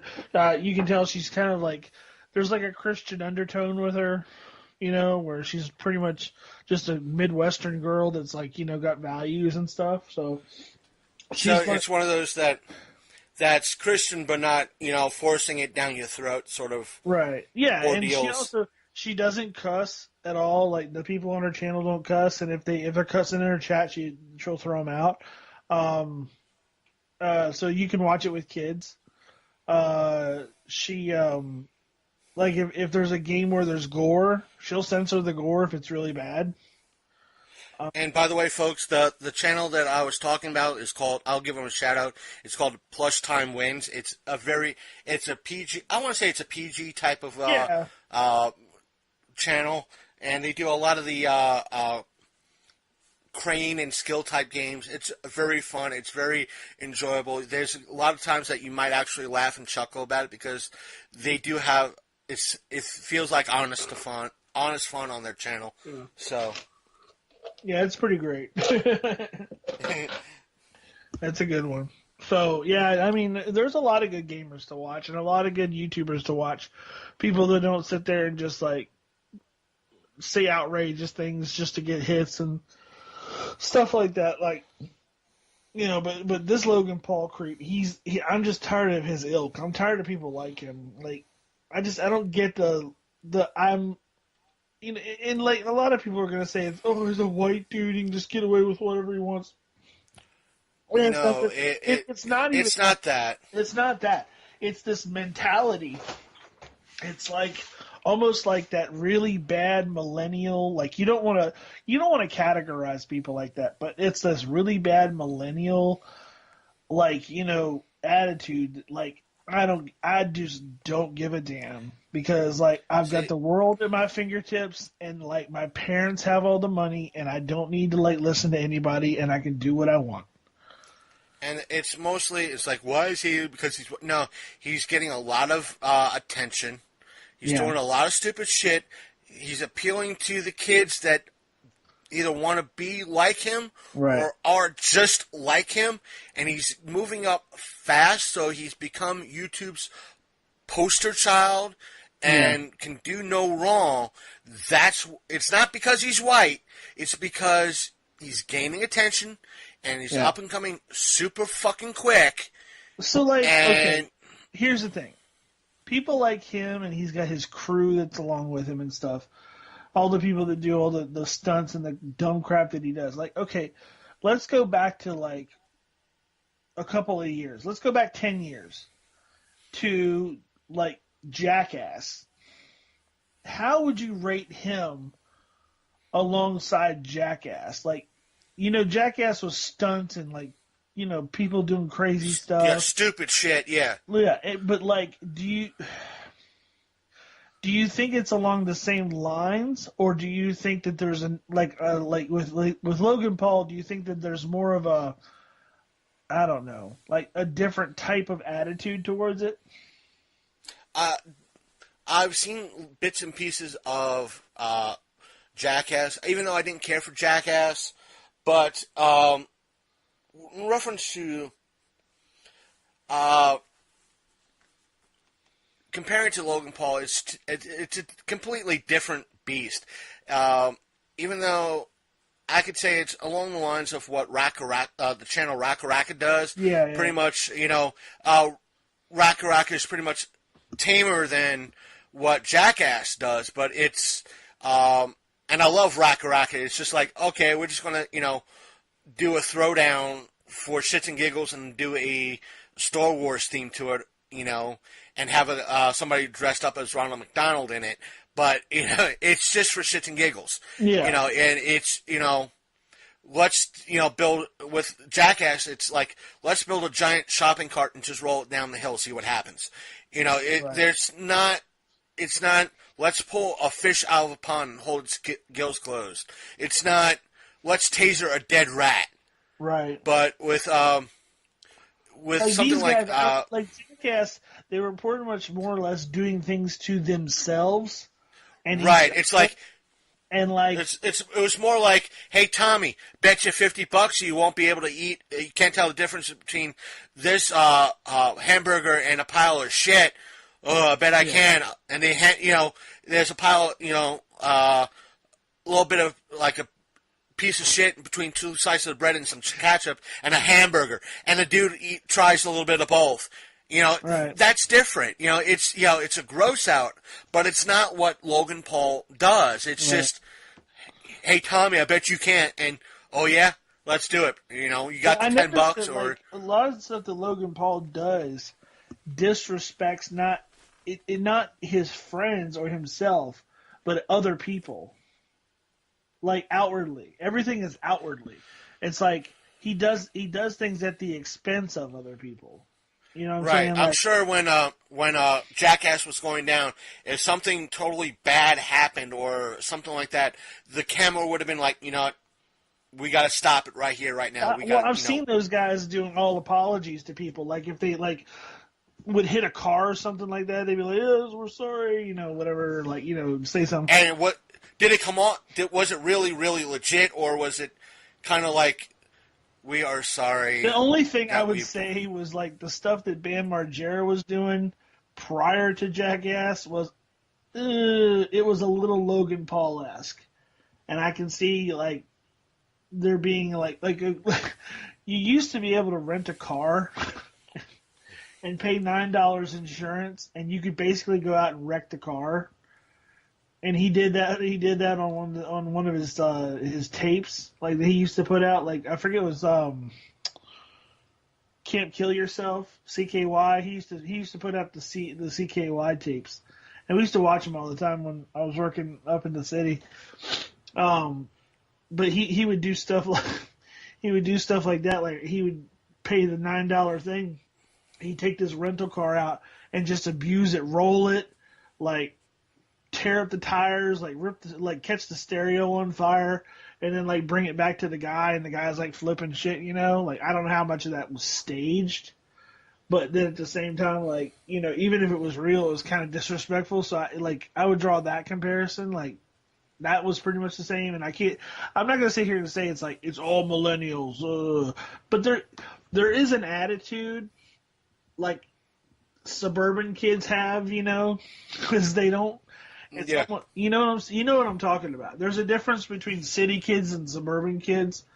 Like city kids kind of grow up with like almost like a solemn respect. Like you don't act like a jackass. You don't do stuff like that because like you will get beat up. Suburban kids, it's almost like they're competing for attention, and they'll do dumb shit like that, and like. Just because they know they can get away with it because somebody's going to be there to bail them out, kind of thing.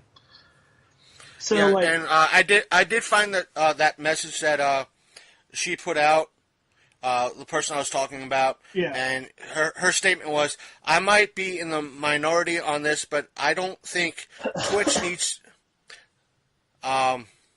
She says, I don't want to make sure I get this verbatim. I might be in the minority on this, but I don't think Twitch needs to be more clear on their new stream appropriate apparel guidelines. It's simple. Just use your better judgment. And remember, it's Twitch, not my free cams. Yeah, no shit. So I guess I've been seeing that recently, folks, that Twitch, I guess, updated their a couple of their policies. I have not looked into this yet. Maybe, I don't know. Down the line, we'll get in touch with a few people. Heck, if we're lucky, get that press pass. If there's a few Twitch people at OsmonCon, we'll speak to them about it. We'll probably interview them and talk about it if we get our press pass. If we don't, next week, I guarantee there will be a angry rant if we don't get it. I mean, Angry Joe levels, if not worse. There will be profanity involved. There will be a lot of F-bombs, a couple of MF bombs. There might be the hard C word in this. Be prepared. Country, no, don't say it.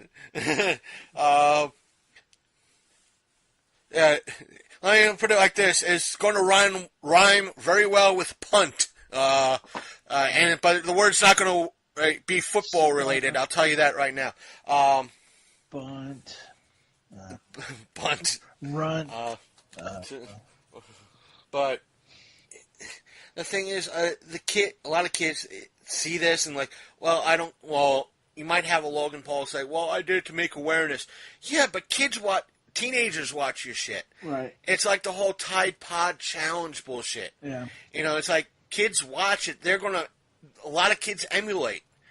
And kind of speaking like that is because right now, I think New York and maybe one or two other states are trying. I know New York is doing it. Their Senate is like, their state Senate is like, well, there has to be tighter regulations in our state in reference to making it more, the Tide Pods less colorful and need less stupid kids. And Tide had the perfect now the thing is, they were holding them like, this looks like candy, and Tide pretty much came back and said, you do realize there's already a bittering agent in this. We have warnings all over the package for this, and we have other options other than Tide Pods for this, i.e., powder and regular liquid detergent that comes in a bottle. Yeah. We do not just distribute Tide Pods. Yeah, we're not handing them out. Saying, right. Hey, they were like, here. They were pretty much saying to these two senators from New York, you're a dumbass. Seriously. Without actually saying, you're a dumbass. That's a waste of legislation. They were pretty much saying, we're already at beyond federal standards in regards to this. There's nothing more we can do. There is nothing more to make sure your stupid kids don't try to eat these, but they're still trying. And they're doing it trying to eat these. And I think even Philip DeFranco said, if you try to, it's not like you could just put it in your mouth and just slowly bite down. You actually have to chomp down hard several times to do this from the looks of it, and you get the bittering agent right away. And if you're smart enough, you're going to go, that does not taste right, and spit it out. Right. If you're dumb enough, you're going to swallow. And in that case, I have my usual statement for you. Don't be stupid, stupid. The bittering agent is there for people and dogs who would eat it by accident. They'd be like, oh, shit, what did I just put in my... Oh, Jesus. Oops. Or the dog's like, blah. No, I'm not eating that. It's the dumb people who are well aware. It's the dumb people who are well aware and know exactly what they're doing that are getting hurt. And, in essence, poisoning themselves. As one person stated, I fear for 20 years from now when these people try to become our elected officials. Exactly. Oh, my God. I don't even want to think about it. But like, as far as I look at it, like, don't try to stop them. It's thinning the herd. If they want to eat Tide Pods and they think that that's a really good idea, you can get so far with it going, well, I didn't know what would happen. You see the results. Bullshit. You see the results. You see what happens to the people who does it. You've seen like the reports on TV and the people dying from it. You know what's going to happen. You gotta be an idiot not to do this crap. So as far as I'm concerned, it's thinning the herd. Let them do it. There's a difference between. I'll say this. There's a difference between these idiot fucks doing this shit and someone like I know you might know who I'm talking about, the amazing Jonathan. Yeah. Who part of his act would quote unquote drink a bottle of Windex. Blue Kool-Aid. And say, pretty much it's blue Kool-Aid or Gatorade. Yeah. And what he does is he rinses out that Windex bottle really fucking well. Right. And that spray unit really fucking well. So there's no cleaning agent in it whatsoever. Fills it with a liquid, a similar color that you can't tell from where you're sitting, that when he drinks it, and says the punchline, it prevents me from streaking. You don't know. It's that aspect of you're too far away to know. In essence, it's a magic trick, and he knows what he's doing. Right, it's a joke. You know, it's a joke. You know, it's that aspect is that if you know what you're doing, yeah, you could freak out a whole mess of people. Yeah. Especially if they're in on the joke. And there's that one picture I've seen floating around Facebook. I don't know if you've seen it too. It's the person drinking from a Hershey's chocolate syrup bottle, saying that she gets the weirdest looks. She said, I've been using this as a water bottle for the past 3 weeks at the gym. I keep getting the strangest looks. And it's literally like a Hershey's syrup bottle that she's been using as a water bottle. And like, that's fucking hilarious. And that is fucking funny and hilarious at the same goddamn time. Yeah. It's like brilliant and hilarious. Yeah, you're letting people in on the joke, but it's like it's funny. As a couple of people said, if it's funny to one person, aka you, it's hysterical.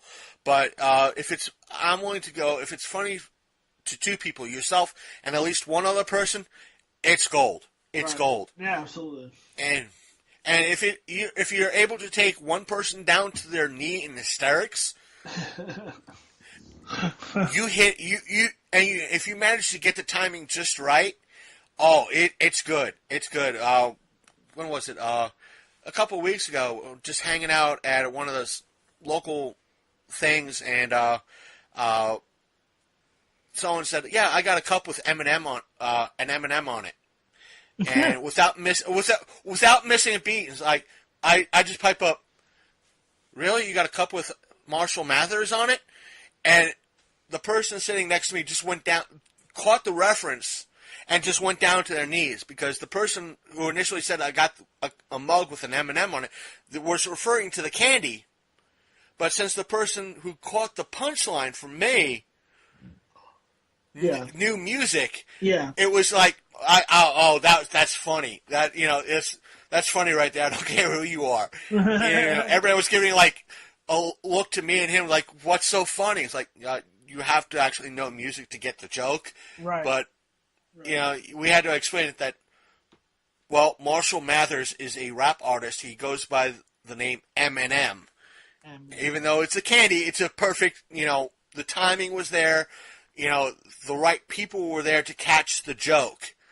It's like, really? You got a mug with Marshall Mathers on it? Really? What kind of mug is it? And if you play stupid without actually playing stupid, they know it's a joke, fine. But a lot of times with people like Logan Paul and everybody else, it's... Well, the difference is it's not funny. It's cruel, and it's like... cruel, it's stupid. Yeah. It's outside the boundaries of, like, of like humor. You know what I'm saying? Like Right. there's just something different about what he does, and that's what bothers me the most. It's not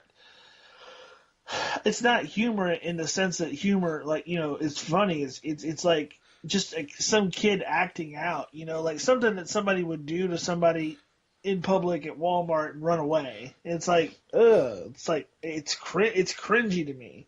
Like watching him walk. Like when I watched that, like I haven't really watched him individually, but when I watched the scenes of him walking around Japan, just doing whatever he wanted, like putting fish on people's cars and stuff, I was just like, really? And you don't do that in Japan. You don't. Well, you don't do it anywhere, but especially in Japan. Right. You put a fish on I put a fish on my car here, and you're gonna get your fucking teeth knocked in your throat. You know. There's another YouTuber, but he's a nice YouTuber. He's a great YouTuber. He's not really PG. He's maybe PG-13 for the most part. What he does every Sunday is deep web browsing. And the channel is you heard me talk about the channel a couple of times before on the show. The channel is Some Ordinary Gamers, and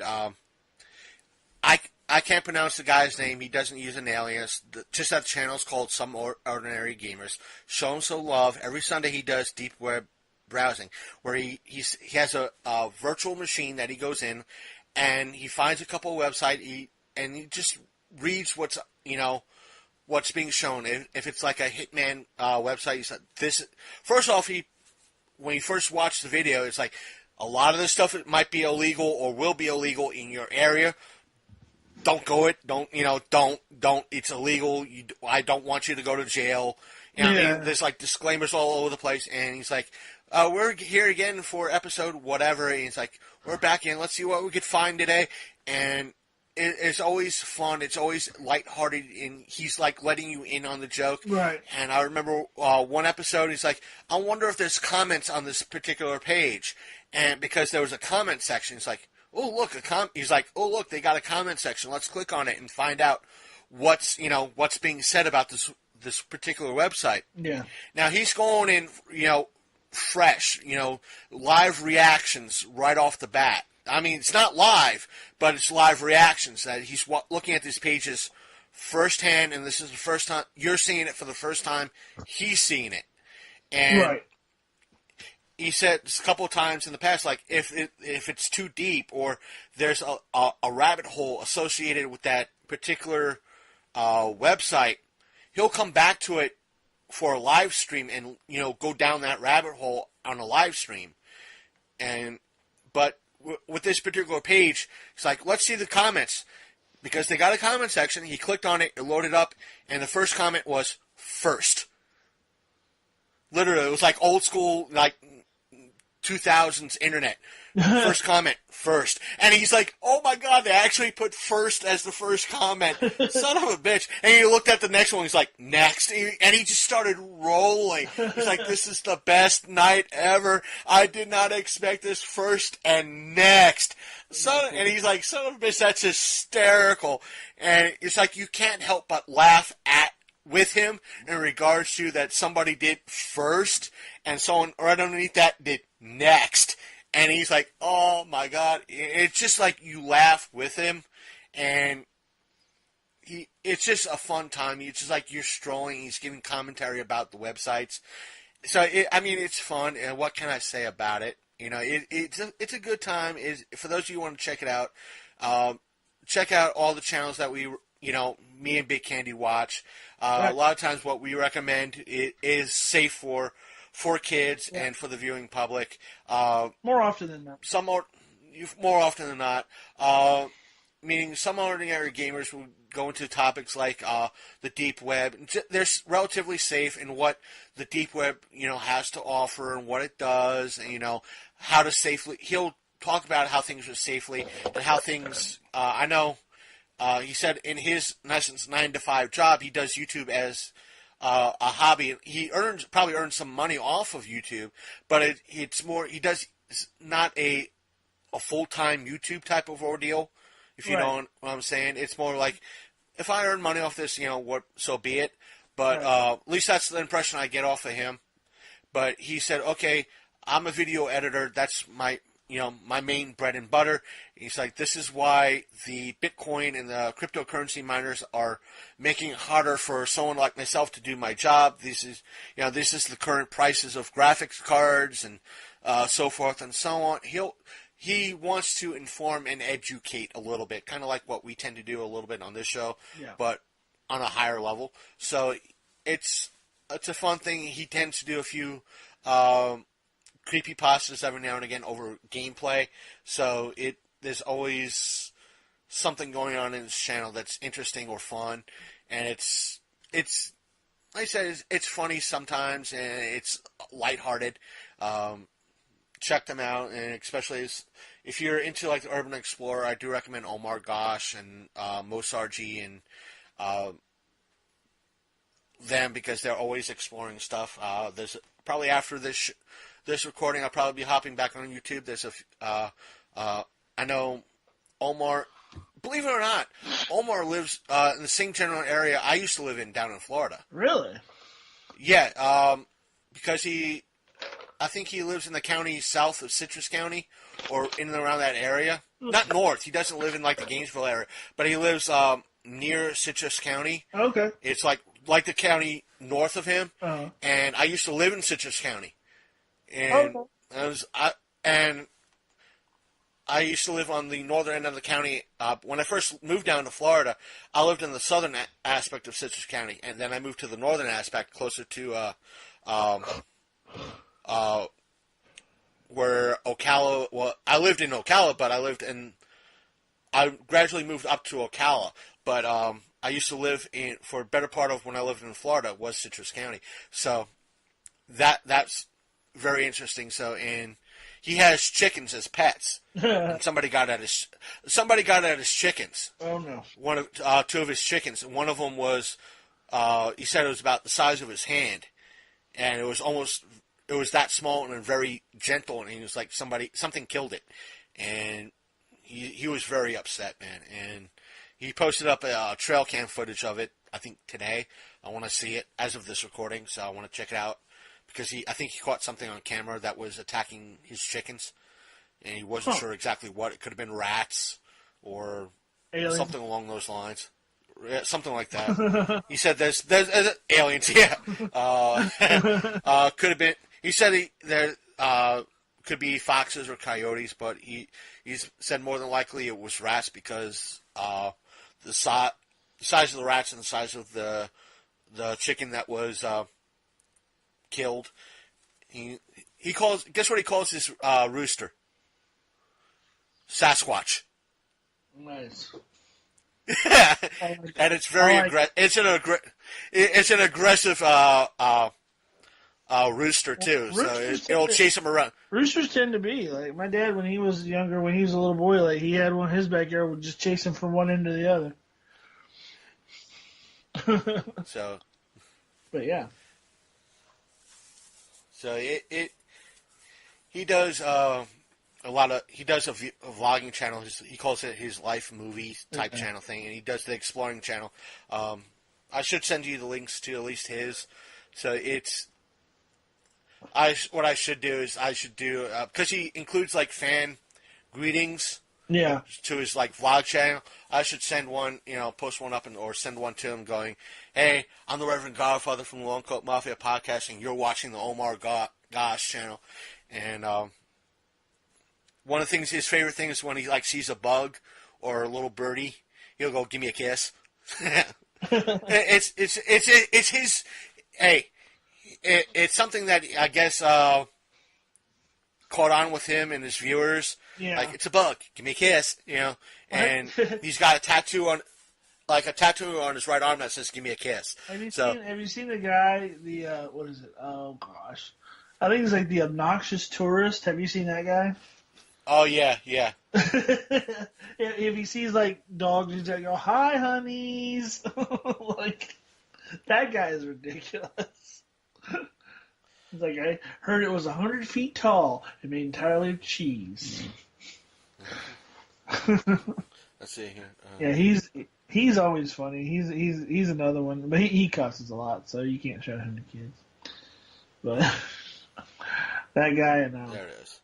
what was it? There's another guy I was thinking about that I watch. A lot of what I watch, like kids shouldn't watch. Like I watch like diversity in comics. That's getting me blacklisted from a lot of places.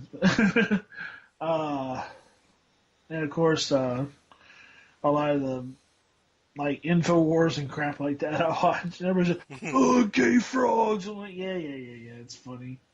It's more funny to watch Alex go crazy every day than like anything. I don't know. That's really all I watch, but it's not. I don't watch Logan Paul. No, I just what I'm going to do is, you got like a, let's see. Huh? No, I'm just choosing a proper. It's not a good photo. It's gonna. Nah, he doesn't have that many photos up on his channel.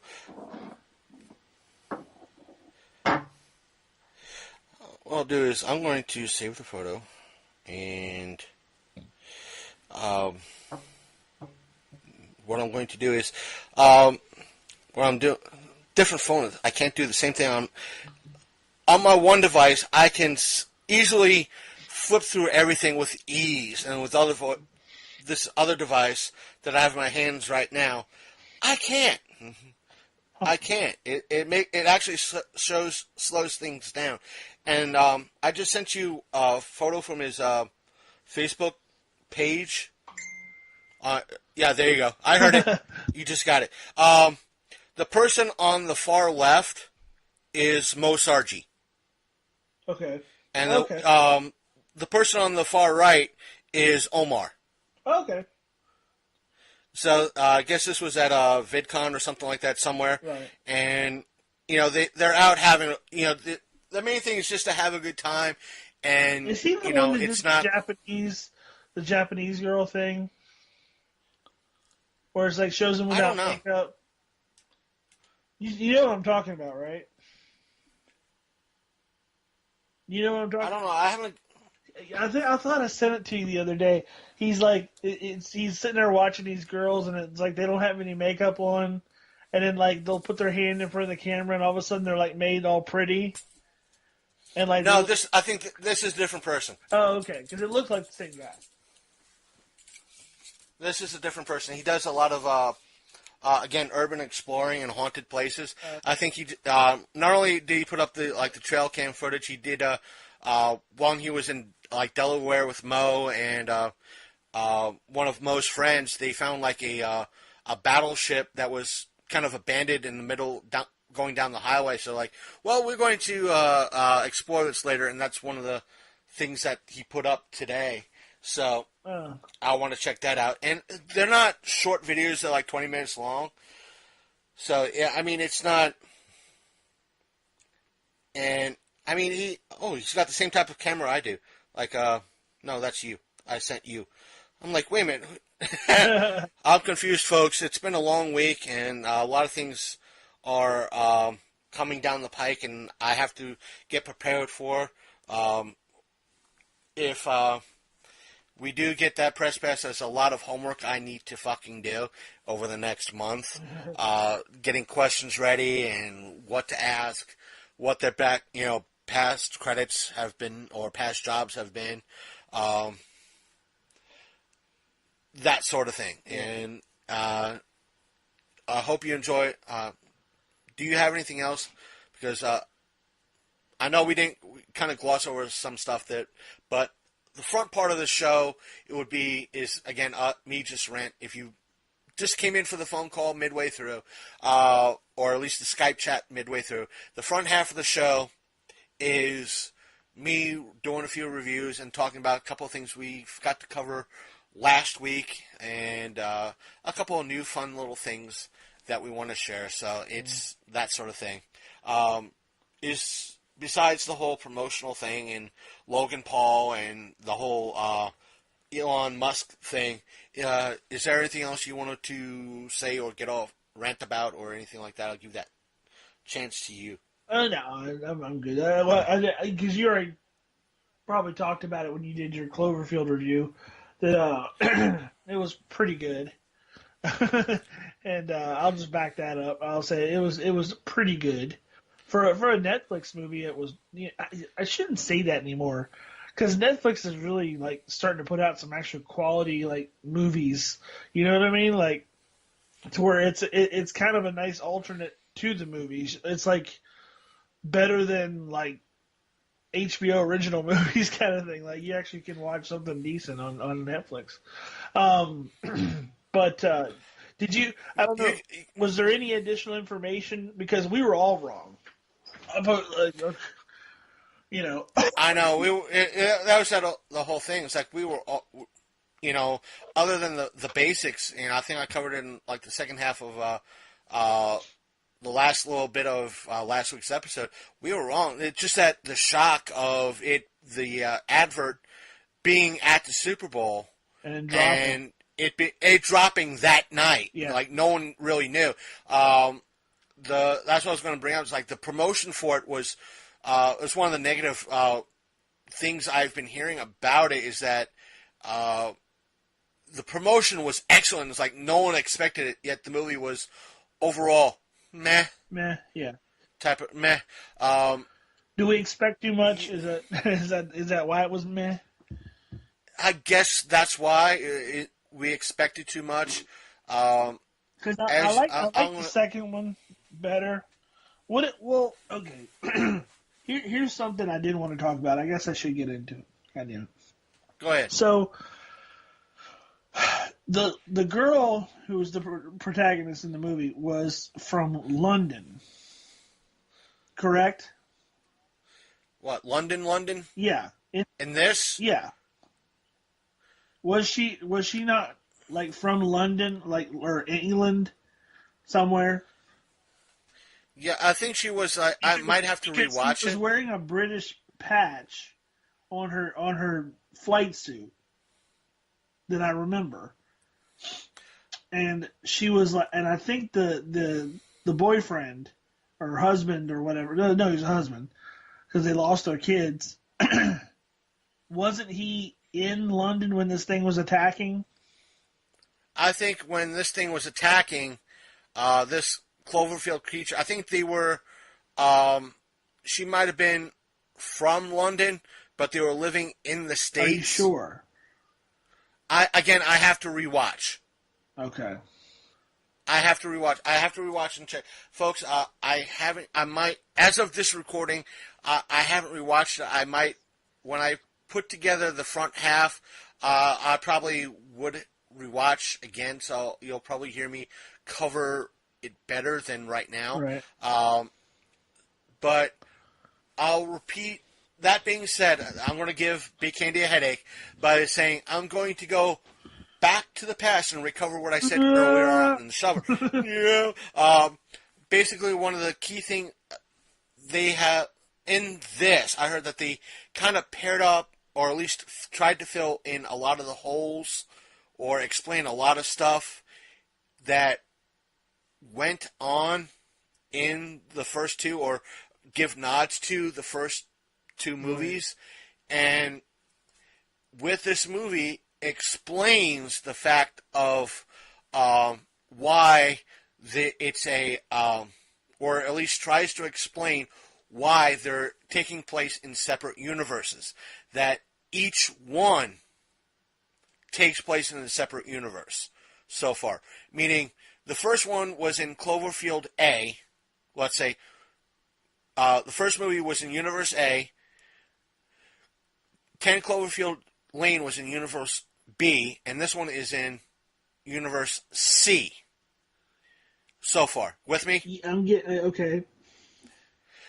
And what they explain in this, if you paid attention, is that when something happens in one, it will affect the other two. Right.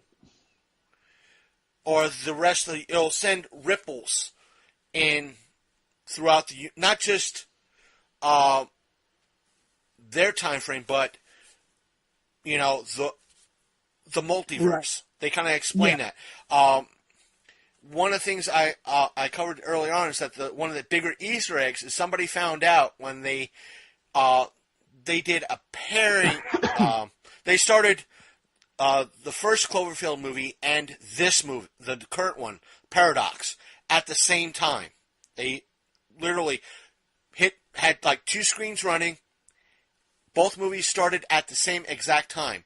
And at the 18-minute and change mark, I think it was like 18 minutes and 48 seconds, at both instances in each movie. In the Paradox, Cloverfield Paradox, at that moment, 18 minutes and like 40 some odd seconds, they turn on their accelerator or their energy machine for the first time to get it actually running and stable. When that happens, or in essence, that's when they open up the major rift and everything goes batshit insane from that point on. Right. At that moment, the earthquake happens in the first movie, and there's the blackout. Right. And that's when everything batshit insane goes wrong in that movie. Kind of saying, as soon as they turn on the accelerator, their collider, that's when the baby monster shows up in that universe to wreak havoc. Not when according to that particular lore, the oil platform wakens the monster. No, when the monster appears via a rift, when the accelerator gets turned on in Paradox, that's when the monster, in essence, appears on both the Earth with Paradox, and the Earth in the original movie. And a lot of people are speculating that that's, in essence, when the aliens appear in 10 Cloverfield Lane, is because when they turn it on, that's when everything happens. Right. It's just that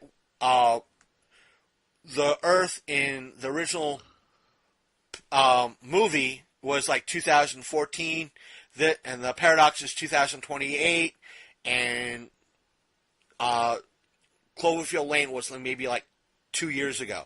It just takes place in different time frames. That's when the effects so happen to appear. Right. Exactly.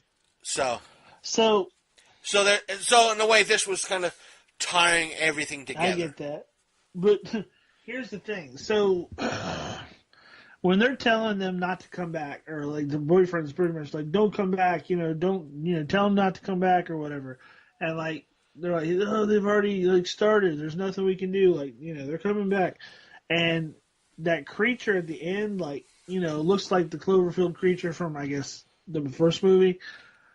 Yeah, that, according to some people, that's the creature in its adult form, and the creature we see in the original is a baby, because that's what a lot of people right. Well, what a lot of people have said in regards to the first movie, that it's a baby. That was the one thing a lot of people said. It's a baby. It's a baby. It's a baby. Even though a lot of people who associated with the movie said at the end they killed it. Yet the Easter egg at the end of the very tail end of the first Cloverfield is when you hear the kind of like the audio snippet after the credits is "help us," but when it's played in reversed, it comes off as saying it's not dead. Right. But even though they're saying it's dead, the creators, J.J. Abrams and a few other people saying, nah, they killed it with the nuke at the end of the movie. But in Paradox, this would be the creature. They're saying if the creature in the first Cloverfield lived, this would be the size of it. Right. This is the adult version of that creature. Okay.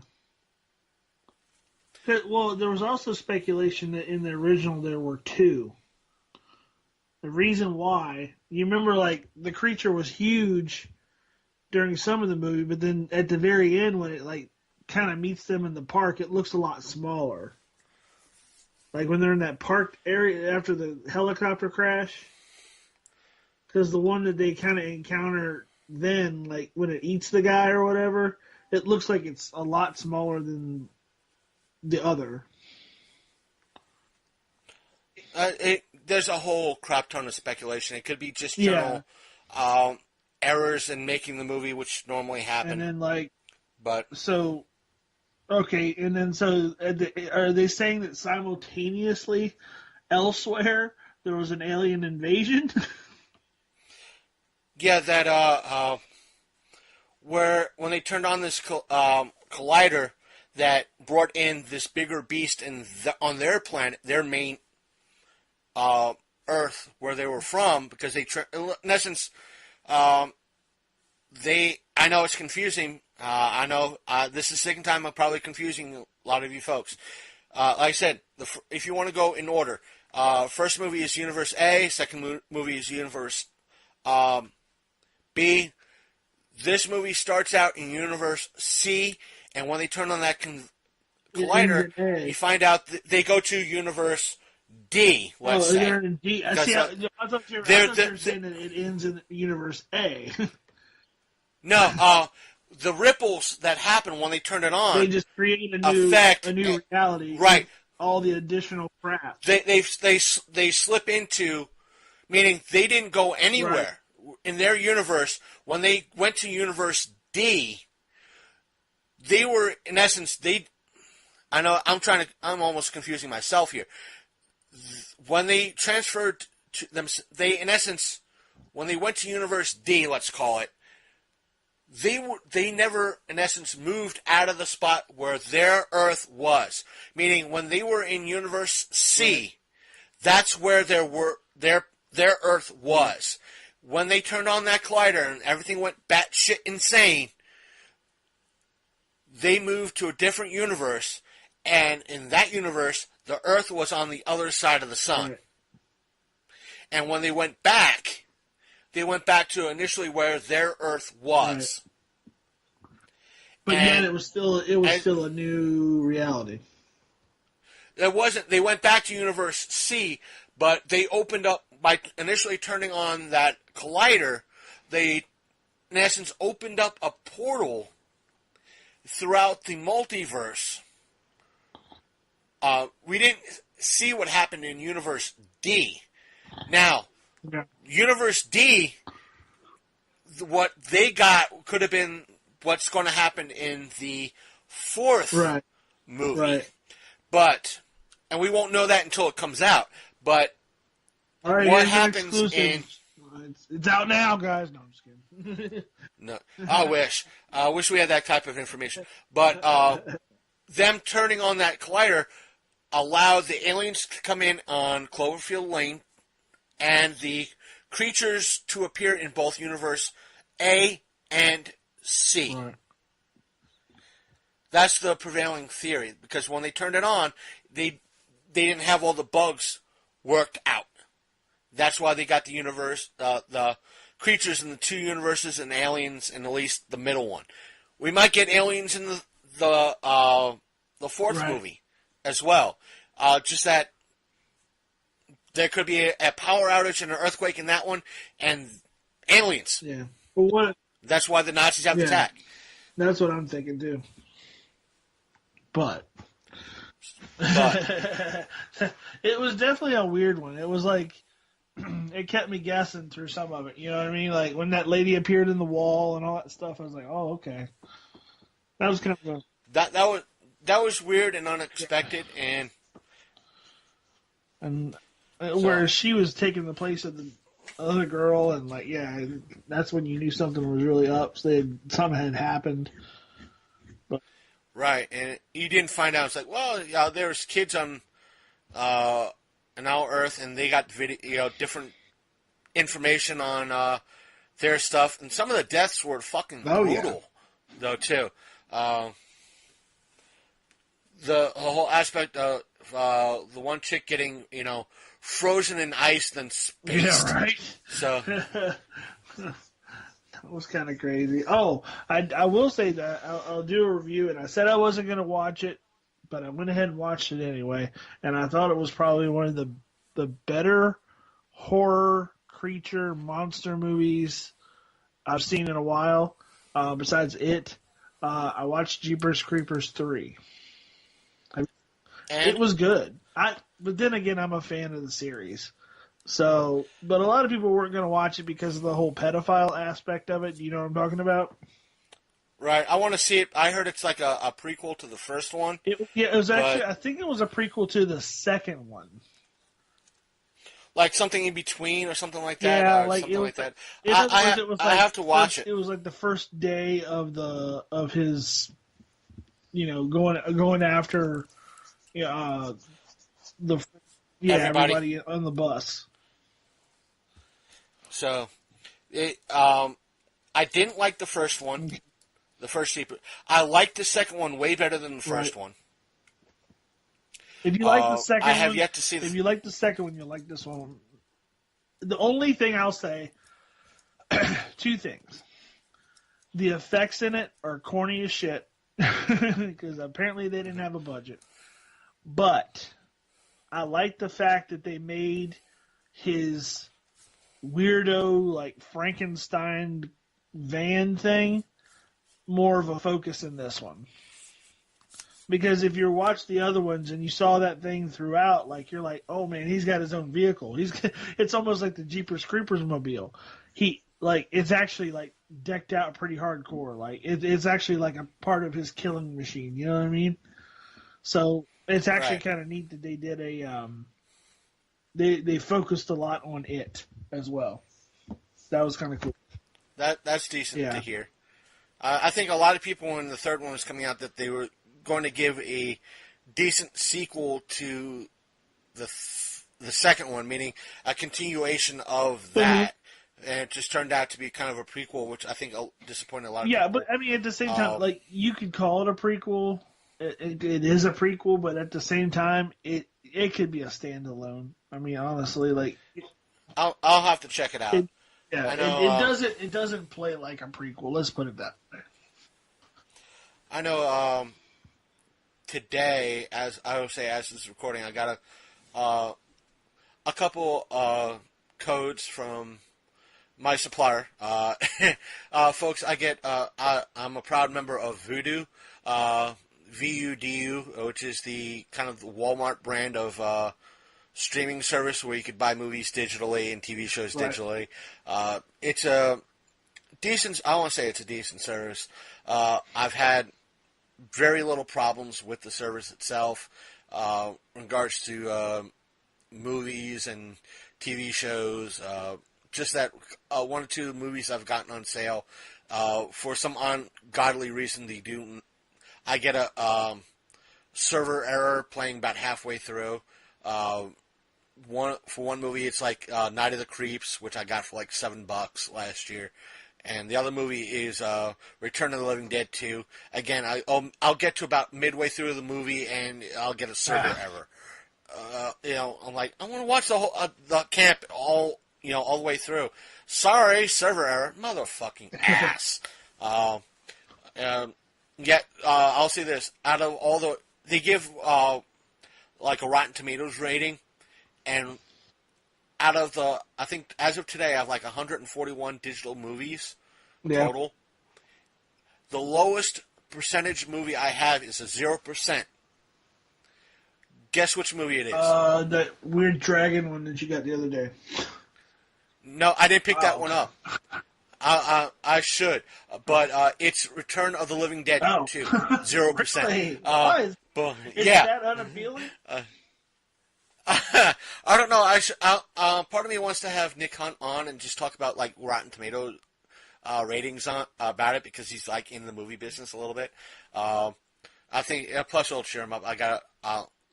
I'll see. I'll try to work a deal with him to have him come back on to talk about like these Metacritic type of services like Rotten Tomatoes and what we think. I'll go through my Voodoo list and see what he would think if he's seen the movie and what his rating would be if his out of 100% scale, what his ratings for that movie would. See how close they are to that percentage. I think it might be good audio. I don't know. But I picked up. I have a friend. It's not Big Candy. That if he doesn't want his Voodoo codes, he gives me the Voodoo codes. So that's how I got a good chunk of my Voodoo movies. Because we have the same taste in a lot of movies, and he gave me like the one sci-fi movie that's like 1,000 planets, Valerian or Valerian. 1,000 Valerian, and he gave me American Assassin. So, and the thing is, last week I told him, it's like, I do appreciate the codes. I said, but the two movies that you just gave me, they're surrounded by a very cheesy movie and two cult classics. And he was like, huh, what? I said, well, last week I picked up Monster Squad digitally, because reasons, it's a cult classic, and fuck you, I like it. And today I picked up, right after I turned in the codes, I picked up two movies. One was Legend of Billie Jean, because fuck you again, I like it. And when I was searching through their library, guess what they had? Part of the library. Supergirl, the 1984 movie. Oh my gosh! For $10.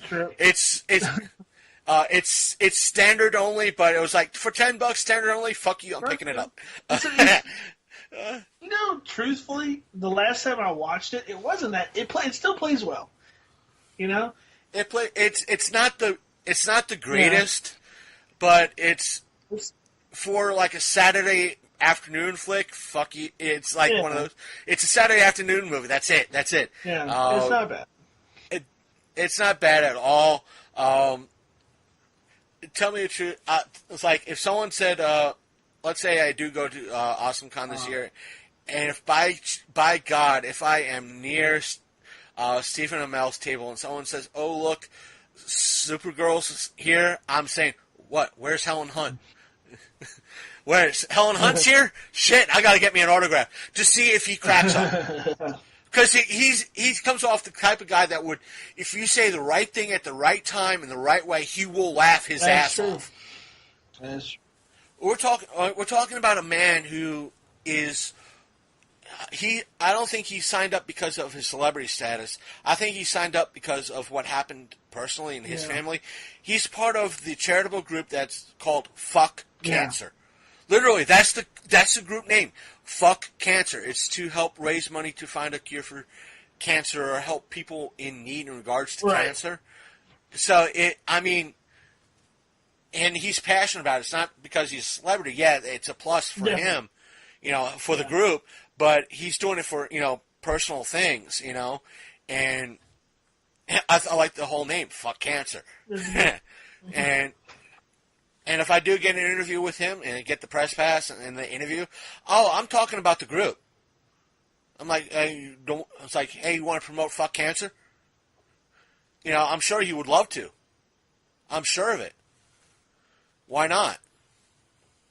And I'll have him talk about it. I'll have him go on all day. Seriously. That's awesome. So. But yeah. Other than that, I don't think I have anything else. Yeah. And folks, as you probably figured out, this is going to be another long episode. And for those of you, since we don't get complaints about how long our episodes are, so there's that. And you want to end it there? I'm good. And folks, there will be an ender. So you want to say anything before, in essence, you go? No. I got nothing. Okay. And that's it. Nothing really more to add. Thank you all for listening. All I can say right now is that if you have any questions, comments, or would like to reply to anything we said tonight on this episode, you can do so by doing one of several things. One of which is emailing us at longcoatmafia@gmail.com.